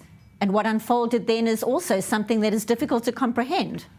Yes, well, I don't know what the circumstances were. You know, if it was on purpose, it doesn't make sense. What did they think? That we wouldn't notice? And, you know, it took a few hours to see through this. And so I'm obviously hopeful that this was a one-time hiccup and that it won't happen again. But to be honest, you know, you put the images and the names of the people to be returned. Some of the families demand to wait until the final identification in Abu Kabir in order to officially announce their recognition of the fact that their loved ones were murdered. And I obviously respect that, even if it's a difference of a few hours. But it's true that the precedent with Syrian Bibas gives them reason, if not to hope that there's a mistake and maybe their loved one is still alive somewhere, at least to be certain that the body that was returned is in fact the one that belongs to their loved one. And this time, no ceremony, Jacques. Well, I hope so. I hope so. I mean, you cannot. That's the promise. Yeah, that's the promise. You cannot sign on that. Definitely not. By the way, it's not the first time that in swaps of dead bodies between us and Arab sides that we got surprises. We got once coffins with stones inside instead of a body. So this is not something unusual. This behavior is just. I'm just thinking about the guy who decided to put the corpse inside the coffin, and he said to himself, "This is a good joke. Let's do that and see how the Israelis will react." This is certainly the way he thinks. And this is sickness. This is really sickness. What did like Daniel said? What did you think, that we would not discover that this is not Syria? And what did you make, Daniel, when we saw those images at that grotesque ceremony with coffins of Ariel and Kfir, that families, Gazan families, came to watch with their children to look at this spectacle? It's difficult to make sense of it. You're asking too much of me. I'm not able to... But what was your reaction watching that? It's infuriating, and it's just not understandable. You'd think that even in the cruelest of wars, there remains a certain degree of humanity that stops you from doing certain things. But those boundaries seem to be very flexible and difficult to define. I'll just say that the Israeli protests about the ceremonies dealt not only with the dead hostages, but also trying to avoid any further ceremonials, degrading ceremonies for the future releases of live hostages. All these interviews and the Red Cross signing documents, etc. We're trying to avoid this. I'm not sure that we have succeeded. We've vehemently, when I say we, I mean the Israeli state has vehemently protested with mediators who are maybe those capable of making sure that this doesn't happen again. But we'll see. I hope as soon as possible that we'll see the next release of live hostages. It's the same Red Cross that since the beginning of 7th of October did not even try to give us a list of hostages that were held by Hamas. Didn't approach Hamas. They didn't demand that such a list would be given to know who's living, who's dead, who's sick, who needs assistance. None of that. So let us not. I mean, we should look at the role that the Red Cross is playing with great suspicion. I mean, this is my view. The Red Cross, who didn't get to see one hostage throughout the war, the first time it saw any of the hostages was at these grotesque ceremonies with all the fanfare, the cheering, and the jeering and that the pictures that we got there. We got pictures that reminded us that this was the Shoah. This is the Holocaust. People that were starved there for months and months, and that only a week before being released, they stuffed them with food in order just to look a little bit different. But I mean, the pictures are there, and we cannot forget that. Certainly, the nation will not forget. I want to pick up on the atmosphere or the temperature on the ground in the West Bank right now, in Gaza right now, and potentially abroad when these new batch of Palestinian security prisoners come out. What is the feeling there? In a sense, there has been a lot of waiting for this group to come back to the West Bank, Gaza, and abroad. What can you tell us? Yes, most of them are actually going to go to Gaza, back to Gaza. As I said, the vast majority of them are actually Gazan citizens that have been arrested, and also the other Palestinian prisoners, most of them also from Gaza, and they will be returned to there. Some of them, they will be expelled abroad, and others will go to the West Bank. To my understanding, the Israeli forces already raided those houses of the Palestinian prisoners that are supposed to be released later tonight or tomorrow, in order to tell them you cannot hold any ceremony, you can't hold any festivities that we've seen before, you cannot hold or raise the Hamas flag and all of that. So that's currently the atmosphere there, but it is very important for Hamas, this specific pulse, this specific cycle of releases, because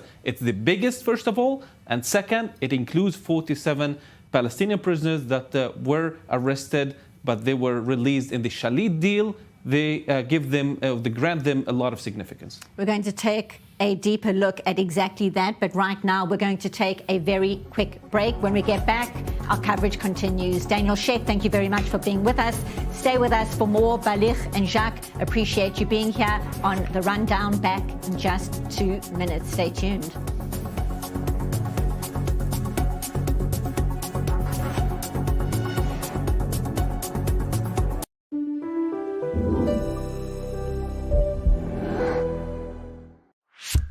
You live in Israel or you are preparing for your Aliyah? Congratulations. You have a smartphone? Perfect. Download the Olim app for free and discover everything we have to offer. Booking medical and administrative appointments, bills paying, debt verification, instant translation, contractor recommendation, request tracking, and much more. And if you can't manage it on your own, our team speaks your language and assists you with all your procedures in Israel, starting from 199 shekels per month, unlimited and for the whole family. Don't hesitate any longer. Download the app or contact us. Copper, heat therapy, cold therapy, Theralite warm-up, microcurrent tech, extension handle. This is the Prosage Thermo Copper, the latest percussion massage gun tech advancement available from Evertone. The Prosage Thermo Copper is the only 6-in-1 percussion massage gun with warm-up technology, hot and cold therapy, microcurrent, and now are you ready for this? The benefits of copper. Get deep muscle warm-up technology and a professional athlete-level massage for full body recovery and relief. Back in 2018, Evertone's invention of the Prosage created the craze in the market for advanced professional-level percussion massage.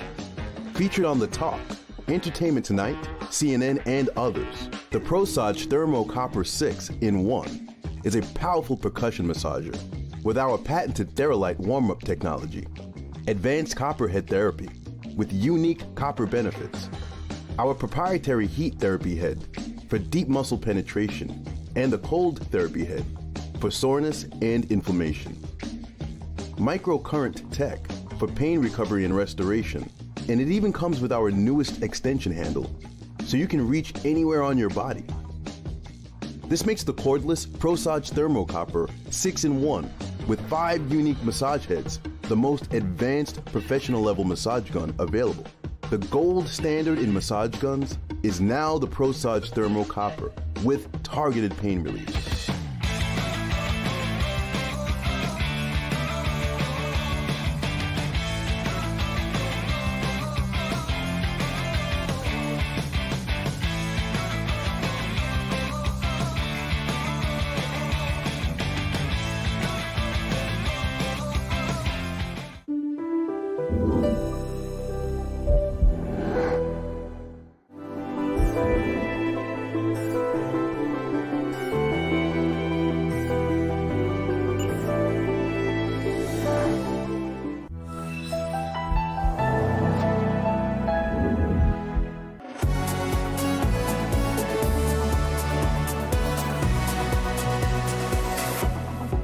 Our coverage continues on the rundown. To other news now, Jordan's King Abdullah has today welcomed Syria's interim president, Ahmed al-Sharaa, to Amman.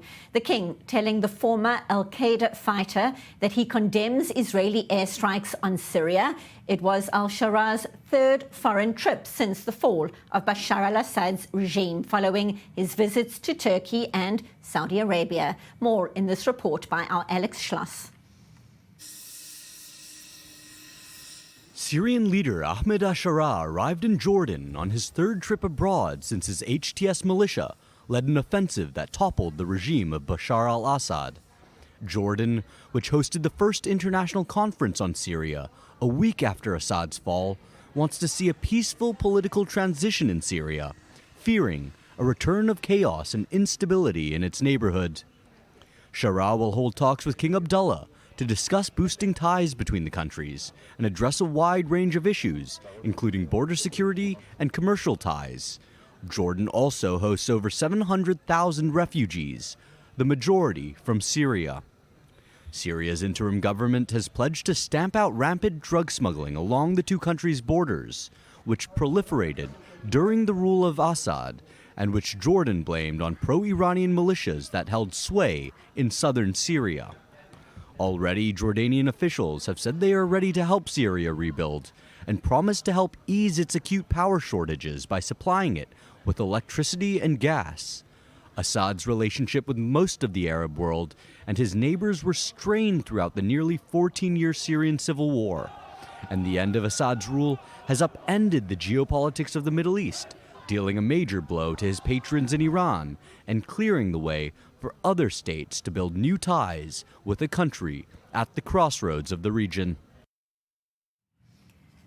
So for more, we now bring in our Middle East correspondent, Ariel Oseran. He joins us from Tel Aviv. And we know Defense Minister Israel Katz confirming the Air Force struck south of Damascus as a preventative move against local terror groups. What more is known, Ariel? What can you confirm? Right, Benita. The IDF has been striking in Syria pretty much since the fall of the Assad regime, but there was a lull in recent weeks. But over the past 48 hours, there has been a resumption of these strikes. Pretty much Israel is going after the remnants of the Assad army, weapons caches, and perhaps even also imminent threats that it identifies, trying to keep them out of the hands of those who may seek to harm Israel, like those aligned with the Iranian axis, or even potentially making reaching the hands of the new Syrian government. So Israel is striking in Syria, coming at the backdrop of Netanyahu's statements calling for the demilitarization of southern Syria, something that Ashara, the new president of Syria, did not like at all, to say the least, and condemned. And Israel continuing these strikes also along the Syria-Lebanon border, thwarting Lebanon smuggle attempts. So really we see a concerted effort that is ongoing on Israel's part to go after any potential or imminent threat, whether it be in Lebanon, Syria, Gaza, also today we saw, and elsewhere. Ariel, we're also hearing reports of some strong rhetoric from Syrians following these strikes. What are you learning? Yes, so obviously the Syrians do not like to see these strikes on their territory. They see this as an Israeli act of aggression. They don't buy the legitimate claims coming out of Israel that the threat from Syria has been ongoing for a decade and a half, and that the fact that Assad left the scene does not mean that Syria is now a safe place on Israel's northern border. They've been condemning this since the start. Ahmed Ashara took him a couple of weeks to get into the issue, saying at first that Israel's actions, whether it's the ground incursion in southwest Syria or these airstrikes, calling it a mistake for the region. But in recent days, he's escalated that rhetoric, really condemning them blatantly, and that also happened with in the statement during his meeting with Abdallah in Amman today. And talking about that meeting between King Abdallah and President, or interim president for now, Ahmed al-Sharaa on Wednesday, what else are they discussing in terms of coordination down the line, and how worrying is that? Well, they share a very big border, and so for Jordan, they want to make sure that the potential for chaos doesn't spill over into Jordanian territory. There's a lot of internal instability, and the slightest spark could further exacerbate it. So they are making sure that they are coordinating that no either remnants of the Syrian army, the Assad regime, or even other Islamist elements, that they don't spill into Jordanian territory and presenting a new threat. Whether this is should be seen as a threat to Israel, I don't think so. I think this is a natural relationship between two neighboring countries, and they need to coordinate in order to make sure that the border is safe and void of any threats on either side. I'm sure for the Jordanians, they, like many in the region, they're trying to gauge how serious Ashara is, but that they still need to engage in coordination and cooperation, and that's what we're seeing now. So this is a completely natural meeting, completely natural statements coming out of them, and let's hope they can indeed secure their border, because ultimately that will also be in the benefit of Israel. Yes, hoping indeed. For now, thank you so much, as always, Middle East correspondent Ariel Oseran. And still in studio, retired Colonel Dr. Jacques Neria, former Deputy Head of Assessment in the Israeli Military Intelligence, and our correspondent Balir Sladin. So Syria, there's a threat. Lebanon, there's a threat. What do you make of the current developments as we speak? Well, I think that we should not drag Syria into a new threat. Until now, the Syrian regime is busy in consolidating itself. Syria is divided among minorities. We had the Syrian regime right now, Shah, has problem with the Druze, has problem with the Kurds, has problem with the Alawites, and he has problems with the Syrians themselves, with the Sunni majority. And there's a national convention that was meant in order to try to seal a new pact, a new national pact concerning Syria as a unified country and not as a country divided among minorities. This is the main issue that is now Shah is busy with. Now, the fact is that he has been received in three countries, Saudi Arabia, Jordan, and Turkey, means that this guy is not behaving like a jihadist. I mean, we have to recognize that he has changed. And he has changed, and now he is dealing with specific problems with Syria, with Lebanon, with Jordan. Let's tackle one. In Jordan, there's 750,000 Syrians refugees there, and Jordan wants them back into Syria. Right. There is a huge problem of drugs coming from Syria into Jordan, and this has to stop. These are the two main issues for Jordan because they are endangering its stability. This is one thing. It's the same problem with Lebanon. I mean, in Lebanon, more than that, the Syrian regime is looking after 10,000, at least 10,000 fighters of Hezbollah Syria that went into Lebanon, and 10,000 of Iraqi fighters who went also in Lebanon, and the Fatimid militias and all the Iranian militias that went and fled into Lebanon, and they pose a danger for the security of Syria. And this is one of the items that is preoccupying Ahmadinejad. Now, concerning Israel, he has said several times, I have no intention of waging a war against Israel. Right. We don't want to transform Syria into a springboard for fighting Israel. And we have ears and we don't hear. And instead of them, okay, we do target I think militia strongholds and former Syrian army strongholds. This is okay, but why should we try to create? I mean, we are playing God to create a new era in Syria, a sort of alliance between the Druze and the Kurds. This has never been, and this will never be, and this is endangering, I think, our national security. Certainly a worrying situation. And when we look specifically, Baligh, at Lebanon, one person killed and another wounded in an alleged Israeli airstrike targeting a car in the Bekaa Valley. That's according to the Lebanese Health Ministry. Tell us more. What are you learning? Yes, so apparently Israel is very serious in enforcing the agreement between Israel and Lebanon that includes the prevention of Hezbollah to rearm. That is a very major thing in this agreement. Today, one more time, an Israeli drone hit a car and killed Hezbollah operatives, according to the report, in the area of El Hermel. That's an area that is close to the Syrian border in the Qasr, that's called the area that the car was in.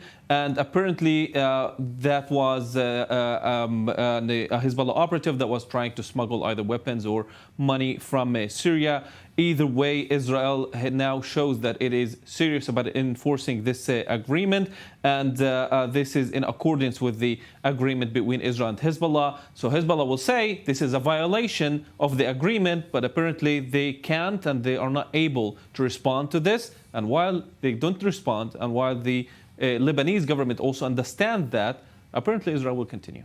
Certainly many threats on several fronts, but I want to circle back to what we started with, and that is Hamas in Gaza and concerns, Jacques Narir, that Hamas is regrouping during the ceasefire period. Obviously, that isn't a huge shock, but how much of a threat is posed as we speak? Are we surprised? I mean, not at all. We're not surprised at all. I mean, we knew already that at the end of the war between us and Hamas, that Hamas was engaged in recruiting new recruits, and that he has recruited more than 15,000 of them. He has enough money for that.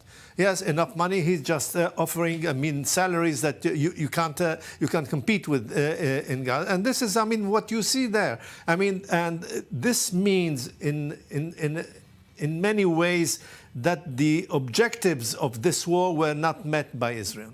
I mean, the goal of eliminating Hamas is not there. The goal of getting our hostages through military pressure is not there also. So we have to rethink our strategy. Israel has to rethink its strategy because this is a real threat. I mean, Hamas maybe is not ready today to repeat what happened on the 7th of October, but looking at the landscape that is developing in Gaza, you understand that the Hamas is not far from organizing a new confrontation with Israel. Many of the reports suggest these new recruits, as you call them, are around 16 years old. They are not trained operatives, so to speak. What kind of timeframes are you talking about when we are now waiting to see about phase 2 of the deal and if it's even going to happen? Well, the Hamas has proven that he can survive, he can survive the outcome of massive attacks and certainly guerrilla warfare against Israel. And I mean, in order to quell Hamas physically, we have to be present in all Gaza, meaning that the whole Israeli army has to enter Gaza and take over Gaza for once and for all if we want to finish with Hamas. And this is not going to happen. And if this is not going to happen, we have to live with a monster that is living just behind our doors. So realistically, what are the options for the day after, realistically? If we don't get to a new deal concerning the second phase concerning our hostages, then we will have to sit and devise a plan, a strategic plan, how to invade Gaza in such a way that Hamas will be eliminated as a military force. And then, what is more important than that is to replace Hamas in running the daily life in Gaza. As long as Hamas is responsible of giving water, medicine, and food, and as long as he's imposing taxes on every truck that is coming into Gaza, and he has got almost $1 billion since the beginning of the war in taxes, then this is not going to change. We have to take over, and we think about the day after. And if we don't come with the formula concerning the day after, then it's a waste. We just have to repeat again and again and again, and Hamas will stay there.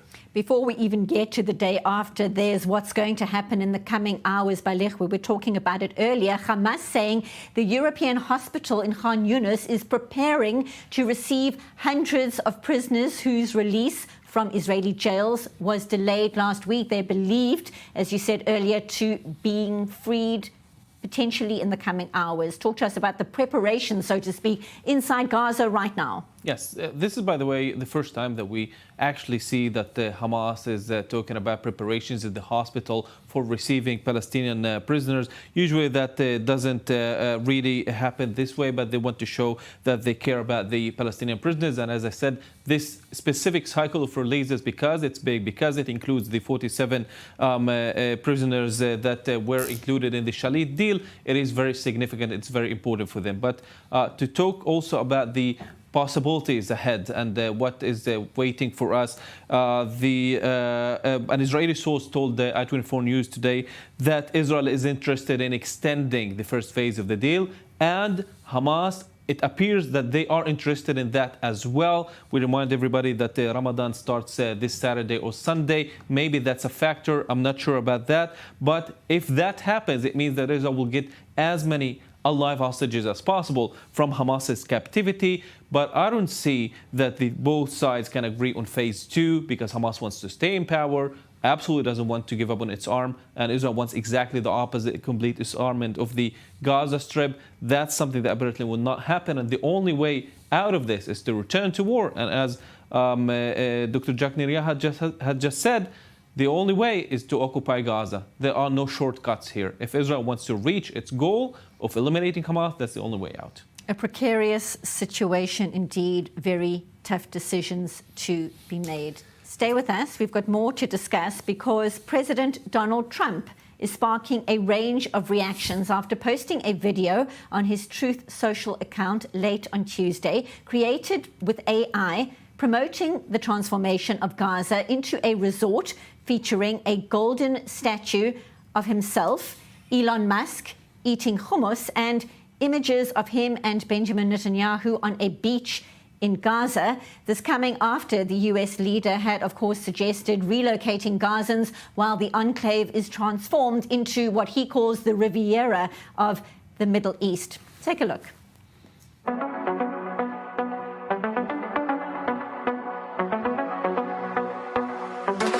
Donald is coming to set you free, bringing the light for all to see. No more tunnels, no more fear.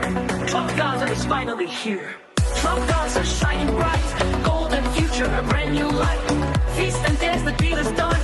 Trump Gaza, #1. Trump Gaza shining bright, golden future, a brand new light. Feast and dance, the deal is done. Trump Gaza, #1. So one might be forgiven for thinking, like I did, that this was a satire account or a parody account, but turns out, Dr. Jacques Nerier, it wasn't. I'm laughing.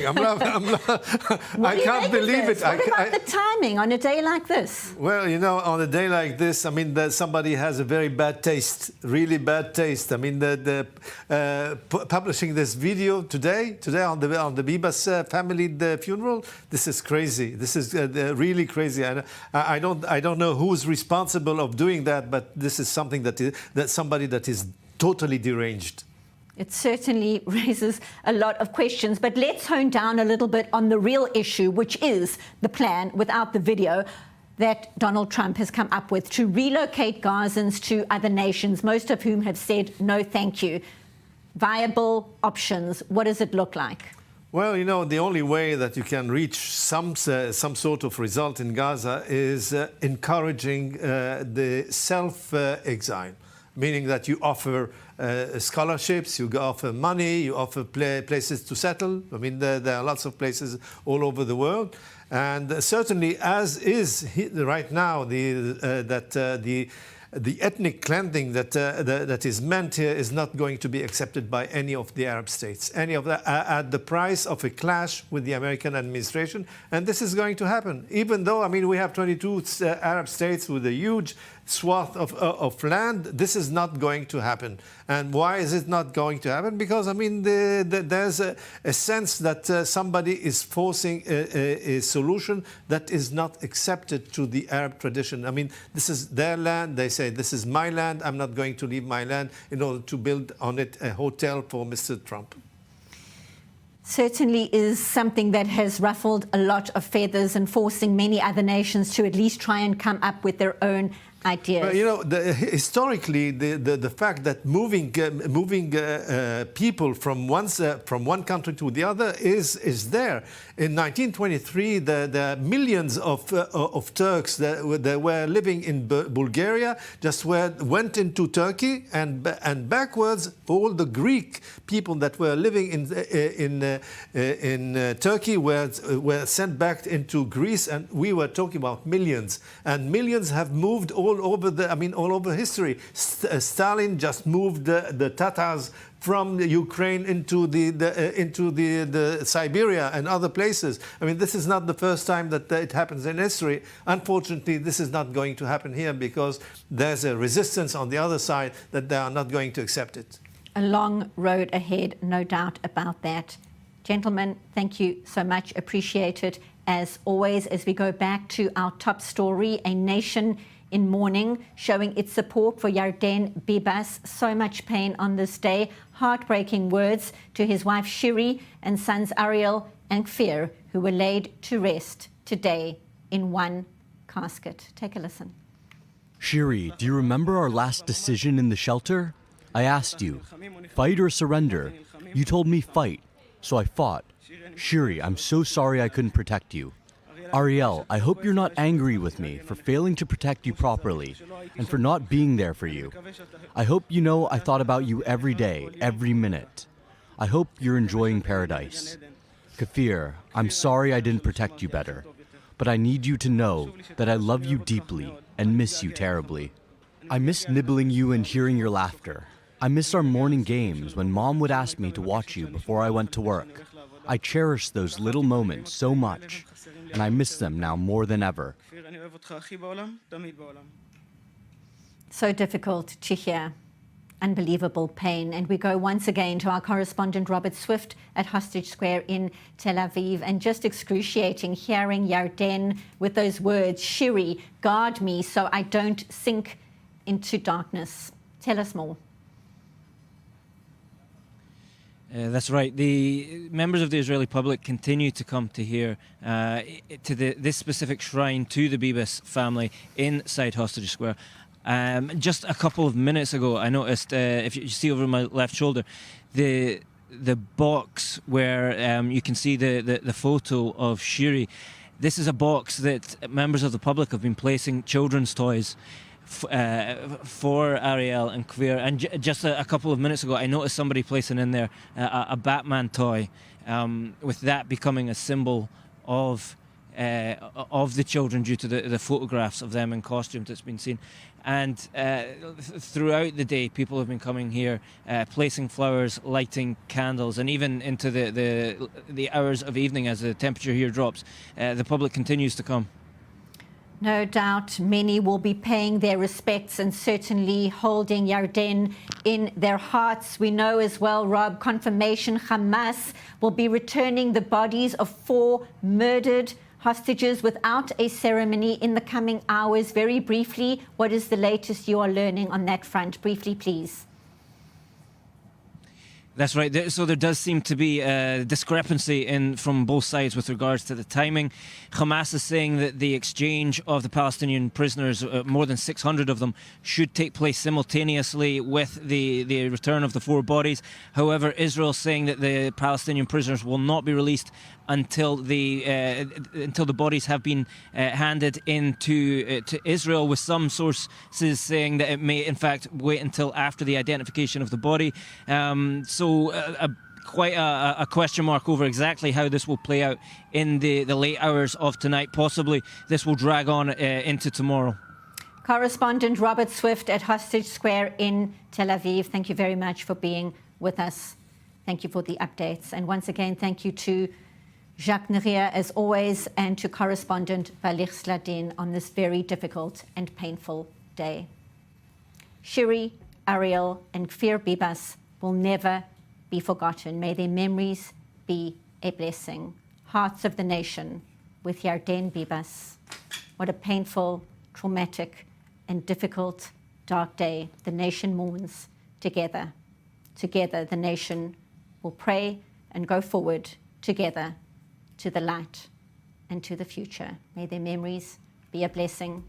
Thank you for watching.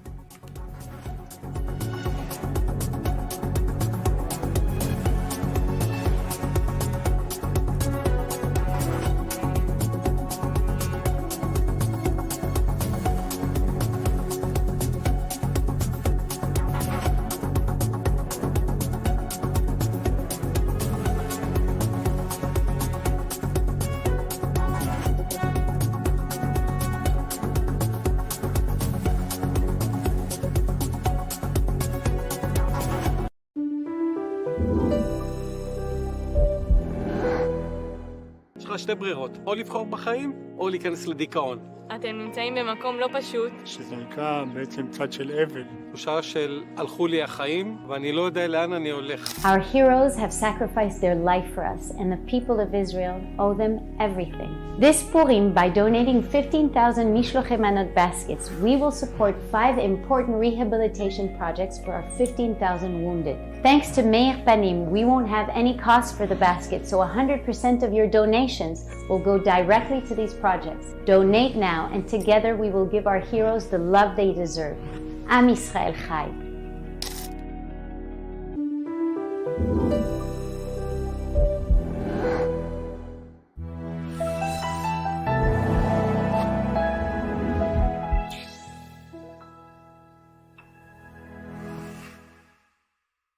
Shalom, ¿qué me trae por aquí? La necesidad impostergable de 600 millones de hispanoparlantes que ahora necesitan escuchar el mensaje judío e israelí en tiempos difíciles. ¿Cómo lograrlo? Cuento con ustedes para continuar llevando a lo más alto del mundo mediático una inquebrantable diplomacia pública al servicio de la verdad sin concesión alguna. The 7th of October set in motion a chain of events. Today, Israel's enemies are severely weakened, but not defeated, and the balance of power is shifting. This region never rests. And for its own survival, Israel needs to keep its finger on the pulse. If you want to better understand, if you want to hear voices you won't hear elsewhere, then tune in daily to Middle East Now on i24 News. Want to stay on top of the news no matter where you are? Introducing i24 News' brand new news website. On our website, you'll find all the latest articles, interviews, and live broadcasts. Everything you need to know right at your fingertips, whenever you want it. So what are you waiting for? Download the i24 News app today.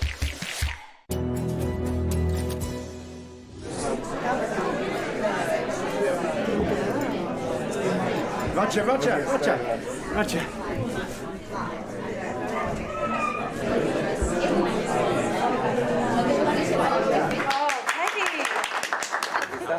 Yes, it is. I know. They're like obsessed with her. Like, people really are obsessed with her. They are.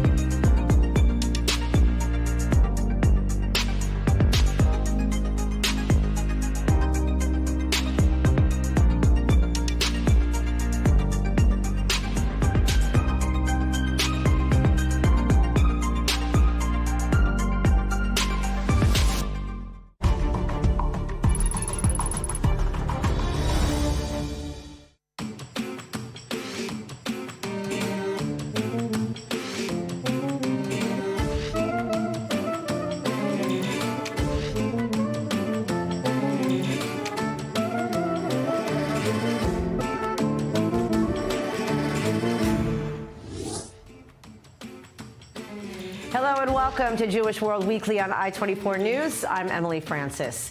Each week we're focusing on stories, issues, and personalities of Jewish interest here in Israel and in the diaspora, the global Jewish community. And we start with our top 5 items in the Jewish world, presented by Nicole Zedek. Nicole. Thanks, Emily. Here are the top 5 items in the Jewish world this week. A Jewish man in Florida was arrested for shooting 2 Israeli tourists when he thought they were Palestinian. Mordechai Brofman told police he killed 2 Palestinians, despite only causing minor injuries to the Israeli father and son in Miami.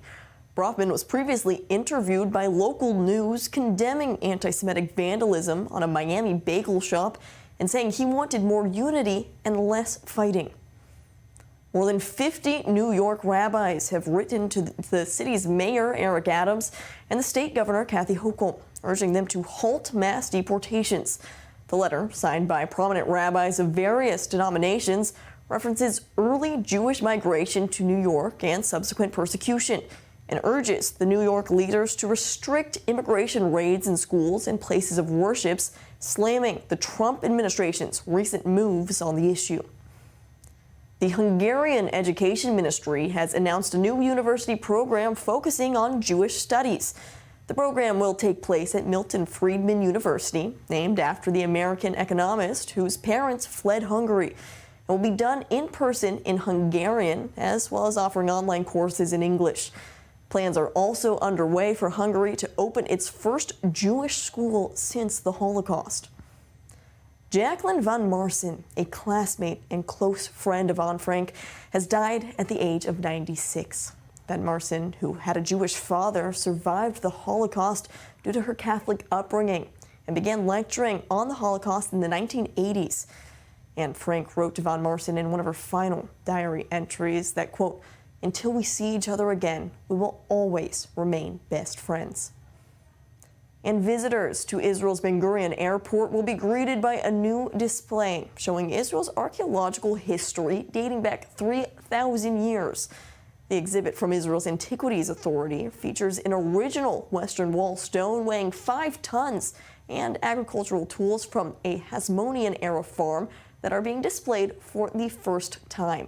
The exhibit will run until January 2026. Those are the top 5 items in the Jewish world this week. Back to you, Emily. A New York City councilwoman is quitting the city council's Women's Caucus after they refused to condemn Hamas terrorists in the October 7th attack. Ina Vernikov explained that she made the bold decision after seeing the disturbing videos of the female hostages being released with all the pomp and circumstance on the part of Hamas. We are now joined by Ina Vernikov, who is in New York City. Thank you very much for joining us and, of course, for your continued bravery and advocacy despite the potential fallout. Explain why you made this decision and why it was so disturbing for you to see the silence of other women. First of all, thank you so much for having me. Look, we are a body of 51 council members. 30 plus of those are women. And I sat on this Women's Caucus, and the Women's Caucus is supposed to promote rights of women, stand up for women who are abused, stand up for women who are raped, just really focus on advocating for women. And when it came to this issue, when we watched this horrendous video of these female young 20-year-old Jewish hostages who were in the tunnels, who were in the dark, God knows what was done to them. When we watched them come out of captivity, surrounded by these Hamas terrorists in masks and weapons drawn, and we watched their faces so terrified, all I asked was for the Women's Caucus to make a simple statement condemning the terrorists and supporting these women and calling for the remaining hostages to be released. And the Women's Caucus, in its hypocrisy, could not do that without context. That was reason enough for me to leave the caucus and make a statement that I will not stand for this hypocrisy, for this woke, sick mindset, and I'm going to leave and make a statement. Well, and the fact that you're choosing, a career in public service, obviously by making that decision, it's very important for you to make a difference and to advocate for women. But also some of your Jewish colleagues didn't condemn it. Like they said, they stayed quiet because they didn't want to have their personal opinions felt, that they came to Israel, more empowering to visit the family. So I imagine that was disappointing, especially. Well, this is just the problem that we have here in the city with our leadership. We have weak and spineless leadership where even if we have, Jewish elected officials, not Jewish elected officials, and the problem is mostly with the Democrats and the Democratic Party, but they may stand with us and they may believe in the right things and have the right opinions, but they are so afraid and petrified of the radical left to stand up and say anything. They're so afraid that, when they go to Israel, they're afraid to post a picture saying, here I am in Israel visiting the kibbutz. They're afraid to stand up and take any action that will, result in a blowback politically. And they do what's politically convenient for them, and I will not stand for that. Well, it just goes to show, you chose this profession not just for the votes, standing by, your own values and your own beliefs. I mean, you even were quite bold in 2023. You went to a pro-Palestinian protest. You were, arrested, later cleared. But, ironic given, all the protesters on all the campuses that we've seen pretty much given free passes. I mean, we saw that a couple of days ago here in Brooklyn. We had a violent protest. I wouldn't even call it a protest. Palestinians, I don't even want to call them Palestinians. They're pro-jihad, they're pro-Hamas. They came to the most Jewish neighborhood in the country to cause violence, to incite to threaten. There was a lot of violence that took place. And you know what we got from the leadership of our city? We got a statement on Twitter, on X, saying we condemn anti-Semitism and we won't tolerate this.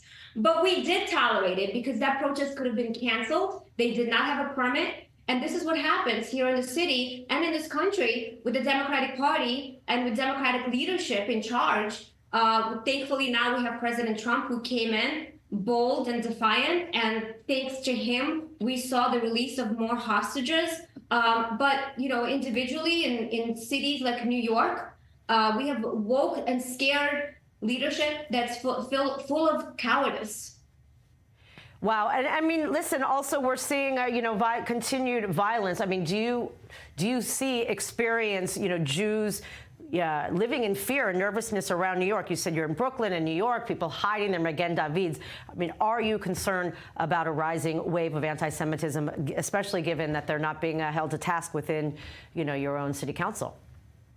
It has been on the rise. Even before October 7th, we saw a tremendous rise in anti-Semitism in America and in New York, like we've never seen before. And, I'm very hopeful, though, because we have the right leadership in charge now, who is very supportive of Israel, of the Jewish people, and who will really not tolerate the anti-Semitism and the hostile environment on college campuses, who is actually taking bold actions, not just giving us empty platitudes. All right. Thank you very much, Ina Vernikov. And, keep up the good work and not backing down and holding true and firm to your values. Much appreciated. Thank you so much for having me. Of course.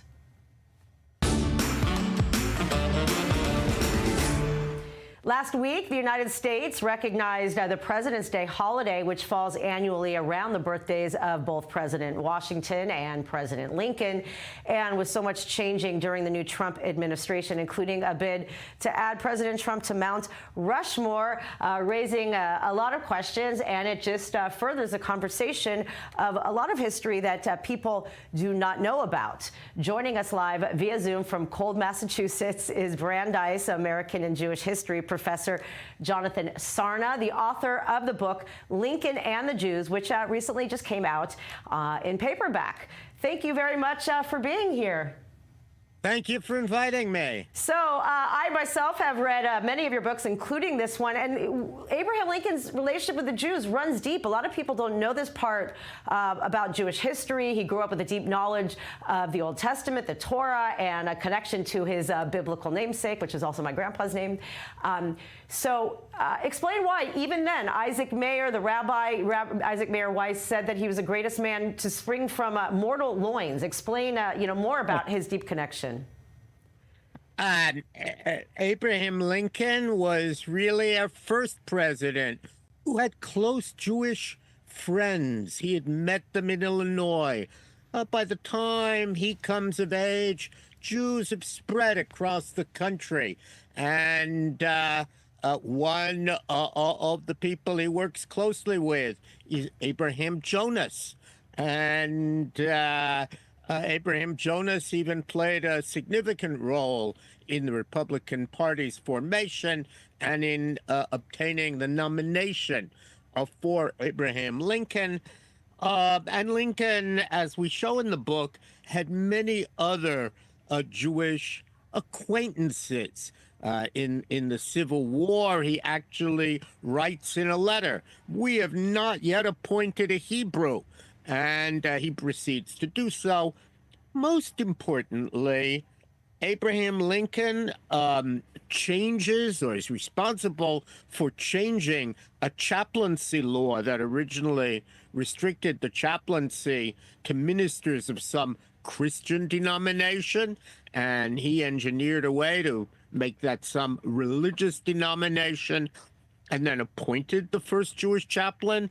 And finally, when Ulysses S. Grant in 1862 expels Jews from Grant's war zone, Lincoln, as soon as he hears of that, overturns the order. So it's not surprising the Jews remember Abraham Lincoln very warmly. Right. Also, you talked about his, second inaugural address being considered to be, among the greatest, if not the greatest, speeches of all time. He drew heavily on the Bible, mentioned God 14 times in a short speech, and it really kind of showed his grappling with how did the Civil War happen and the devastation. How does it relate to God? Explain, more about that. Lincoln may well have been our most biblically knowledgeable president. He studied the Bible at home. That was probably the only book in his house. He knew much of it by heart, and he was trying to understand, how did God permit such a deadly war as the Civil War? And he concludes boldly that it must be a response to the great sin of slavery. It was a remarkable inaugural address. We know that he was proud of it. He felt it was important to say. Of course, not long after that, he was assassinated on what for Jews was Friday night of Shabbat Chol HaMoed Pesach, what Christians knew as Good Friday. Wow, it's really crazy to think about that. And also, he had spoken to his wife about wanting to go to the Holy Land. And, the steamship was the greatest, change of the Industrial Revolution. Later, he didn't get there, but Mark Twain later did and whatnot. Very also providential timing to mention that. Yeah, and I think going to the Holy Land for a lot of Americans in second half of the 19th century involved going to the source of spirituality. Lincoln thought maybe some of his questions would be answered there. Mark Twain, as you say, is on the first organized tour of the Holy Land by steam, time certain. I know when I'm going, I know when I'm returning. And he then writes a famous book. Ulysses S. Grant is going to travel to the Holy Land. That's really the beginning of a new day where people no longer imagine, we're Jews, will go back to the promised land on eagle's wings or on thunderstorm clouds. Now they know perfectly well how to get back to the land of Israel. They'll travel by steam. Really incredible. Now let's talk about George Washington, another little-known fact. Unfortunately, he had famous 1790 correspondence with Moses Seixas, who was the founder, one of the founders of the first synagogue on American soil, Toro Synagogue, promising religious freedom. Children of the stock of Abraham, a quote. Being safe under their own fig and vine tree. I mean, really, this is incredible. The letter still exists. Also shows the promise of the United States at that time to be a land for all. Yeah, and the fact that Jews give a letter to Washington when he comes to Newport. He visits there. Jews present a letter which talks about their desire to hear from the president that they will be equal citizens. And George Washington then responds with that famous letter. One of the amazing things about that letter is that Washington adds something the Jews didn't even ask when he says it's not just toleration that Jews can expect in America, because toleration implies that it's by the indulgence of one group that another receives their inherent natural right. Unlike in Europe, where emancipation is often a quid pro quo, Jews have to change or they'll lose their emancipation, Washington dubs it an inherent natural right. Those, of course, cannot be taken away, and no surprise that Jews have considered that letter crucially important. And of course, Washington applies to Jews his favorite biblical verse, comes over and over in his letters about vine and fig tree. And just as he wants to sit under his own vine and fig tree in Mount Vernon, he hopes the Jews will be able to live under their own vine and fig tree, and none shall make them afraid. A biblical reference. And wow. And the rest is history. I wish we had more time, Professor Sarna, but like the rest is history. Look they must be rolling in their graves at what has become of the Jewish experience when they were able to right so many wrongs. That goes back to Peter Stuyvesant in the 1600s that didn't want to let Jews in. So definitely interesting times we're in, and much appreciated, Professor Jonathan Sarna. Thank you. Following the removal of Bashar al-Assad from power, Syrian Jews have been able to return to their home after a 30-year absence. Coming as a new Syrian government makes efforts to allow members of all religions to perform their religious duties freely. Here's more in this next report by our Jody Natelovitz. Rabbi Yosef Hamra is back in his home city of Damascus 33 years after he and more than 5,000 other Jews were forced to leave by the Ba'ath Party regime in 1992. Along with a delegation of other prominent figures from the Jewish Syrian community in the United States, he visited some of the historical sites in Damascus, the Maimonides Jewish School, the tomb of Rabbi Chaim Vital, and the Jobar Synagogue, which was destroyed by the Assad regime. It brings back the memories of when I lived here. We were here day and night, and we would spend hours in prayer. I was the rabbi here, like I said. The place was always full, and people used to come and pray here.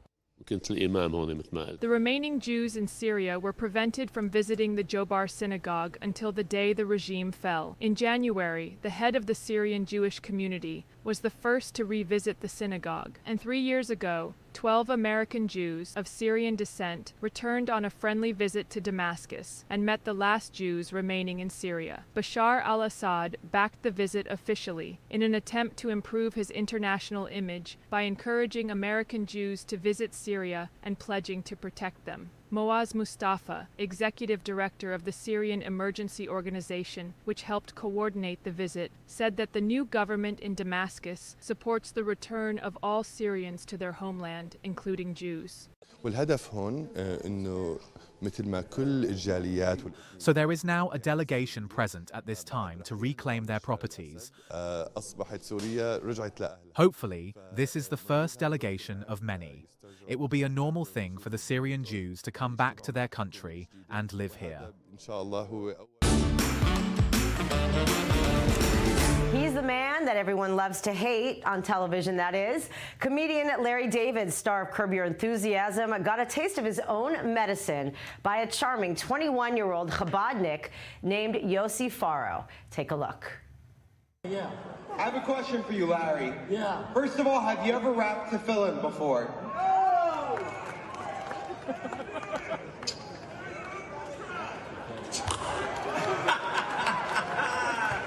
No, I haven't. You've never wrapped tefillin before? No, I haven't.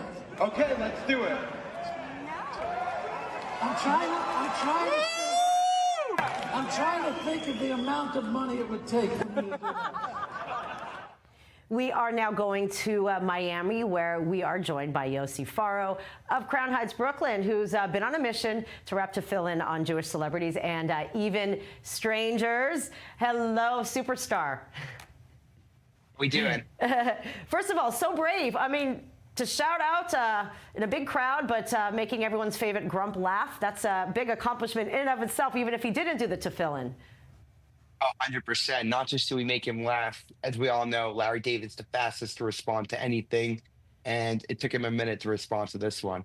Yeah. Did he do it in the end? Not yet, but I didn't give up. We're going to get him eventually. He's never done it in his life, and I will make sure he does it, God willing. Yeah. So other celebrities that you have been successful with? Yes. Thank God many. Yeah. Like? James Franco, Little Dicky, Scooter Braun, Michael Rappaport.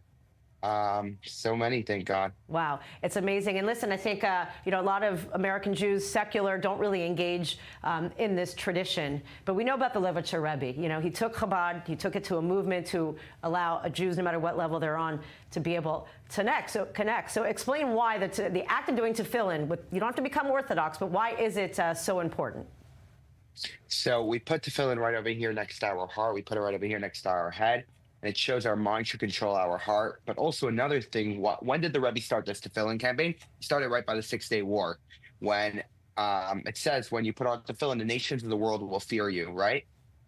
So the Rebbe said that the Rebbe started the campaign for soldiers to put on tefillin, and later moved it that everyone should put on tefillin. And through putting on tefillin, the nations of the world will fear us. And it's a quick, easy way to connect to God. It'll take 1 minute. And yeah, thank God I've had the opportunity of doing it with so many amazing individuals. Right. You know, it's no doubt a frequency. When you go into the depths of it, you could really learn so much about this practice, which, the outside world looks a little strange, but it's obviously so very important. Now, here you are, a social media influencer, many Instagram followers. So a great way to carry this tradition and to make it cool. So are you having any luck with the younger generation, especially now that people are more in fear? No, 100%. So the younger generation is actually my main clientele and the first people I started with. So I lived in LA for 2 years. I used to go visit Beverly Hills High School, which is the largest public school with the largest Jewish population, with probably close to 1,000 students. I used to go wrap film with probably 50 kids every single week.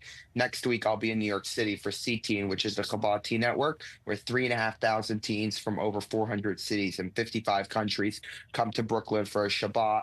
And we have a concert in Times Square and just a weekend of Jewish pride and Jewish religion and Jewish heritage. Yeah.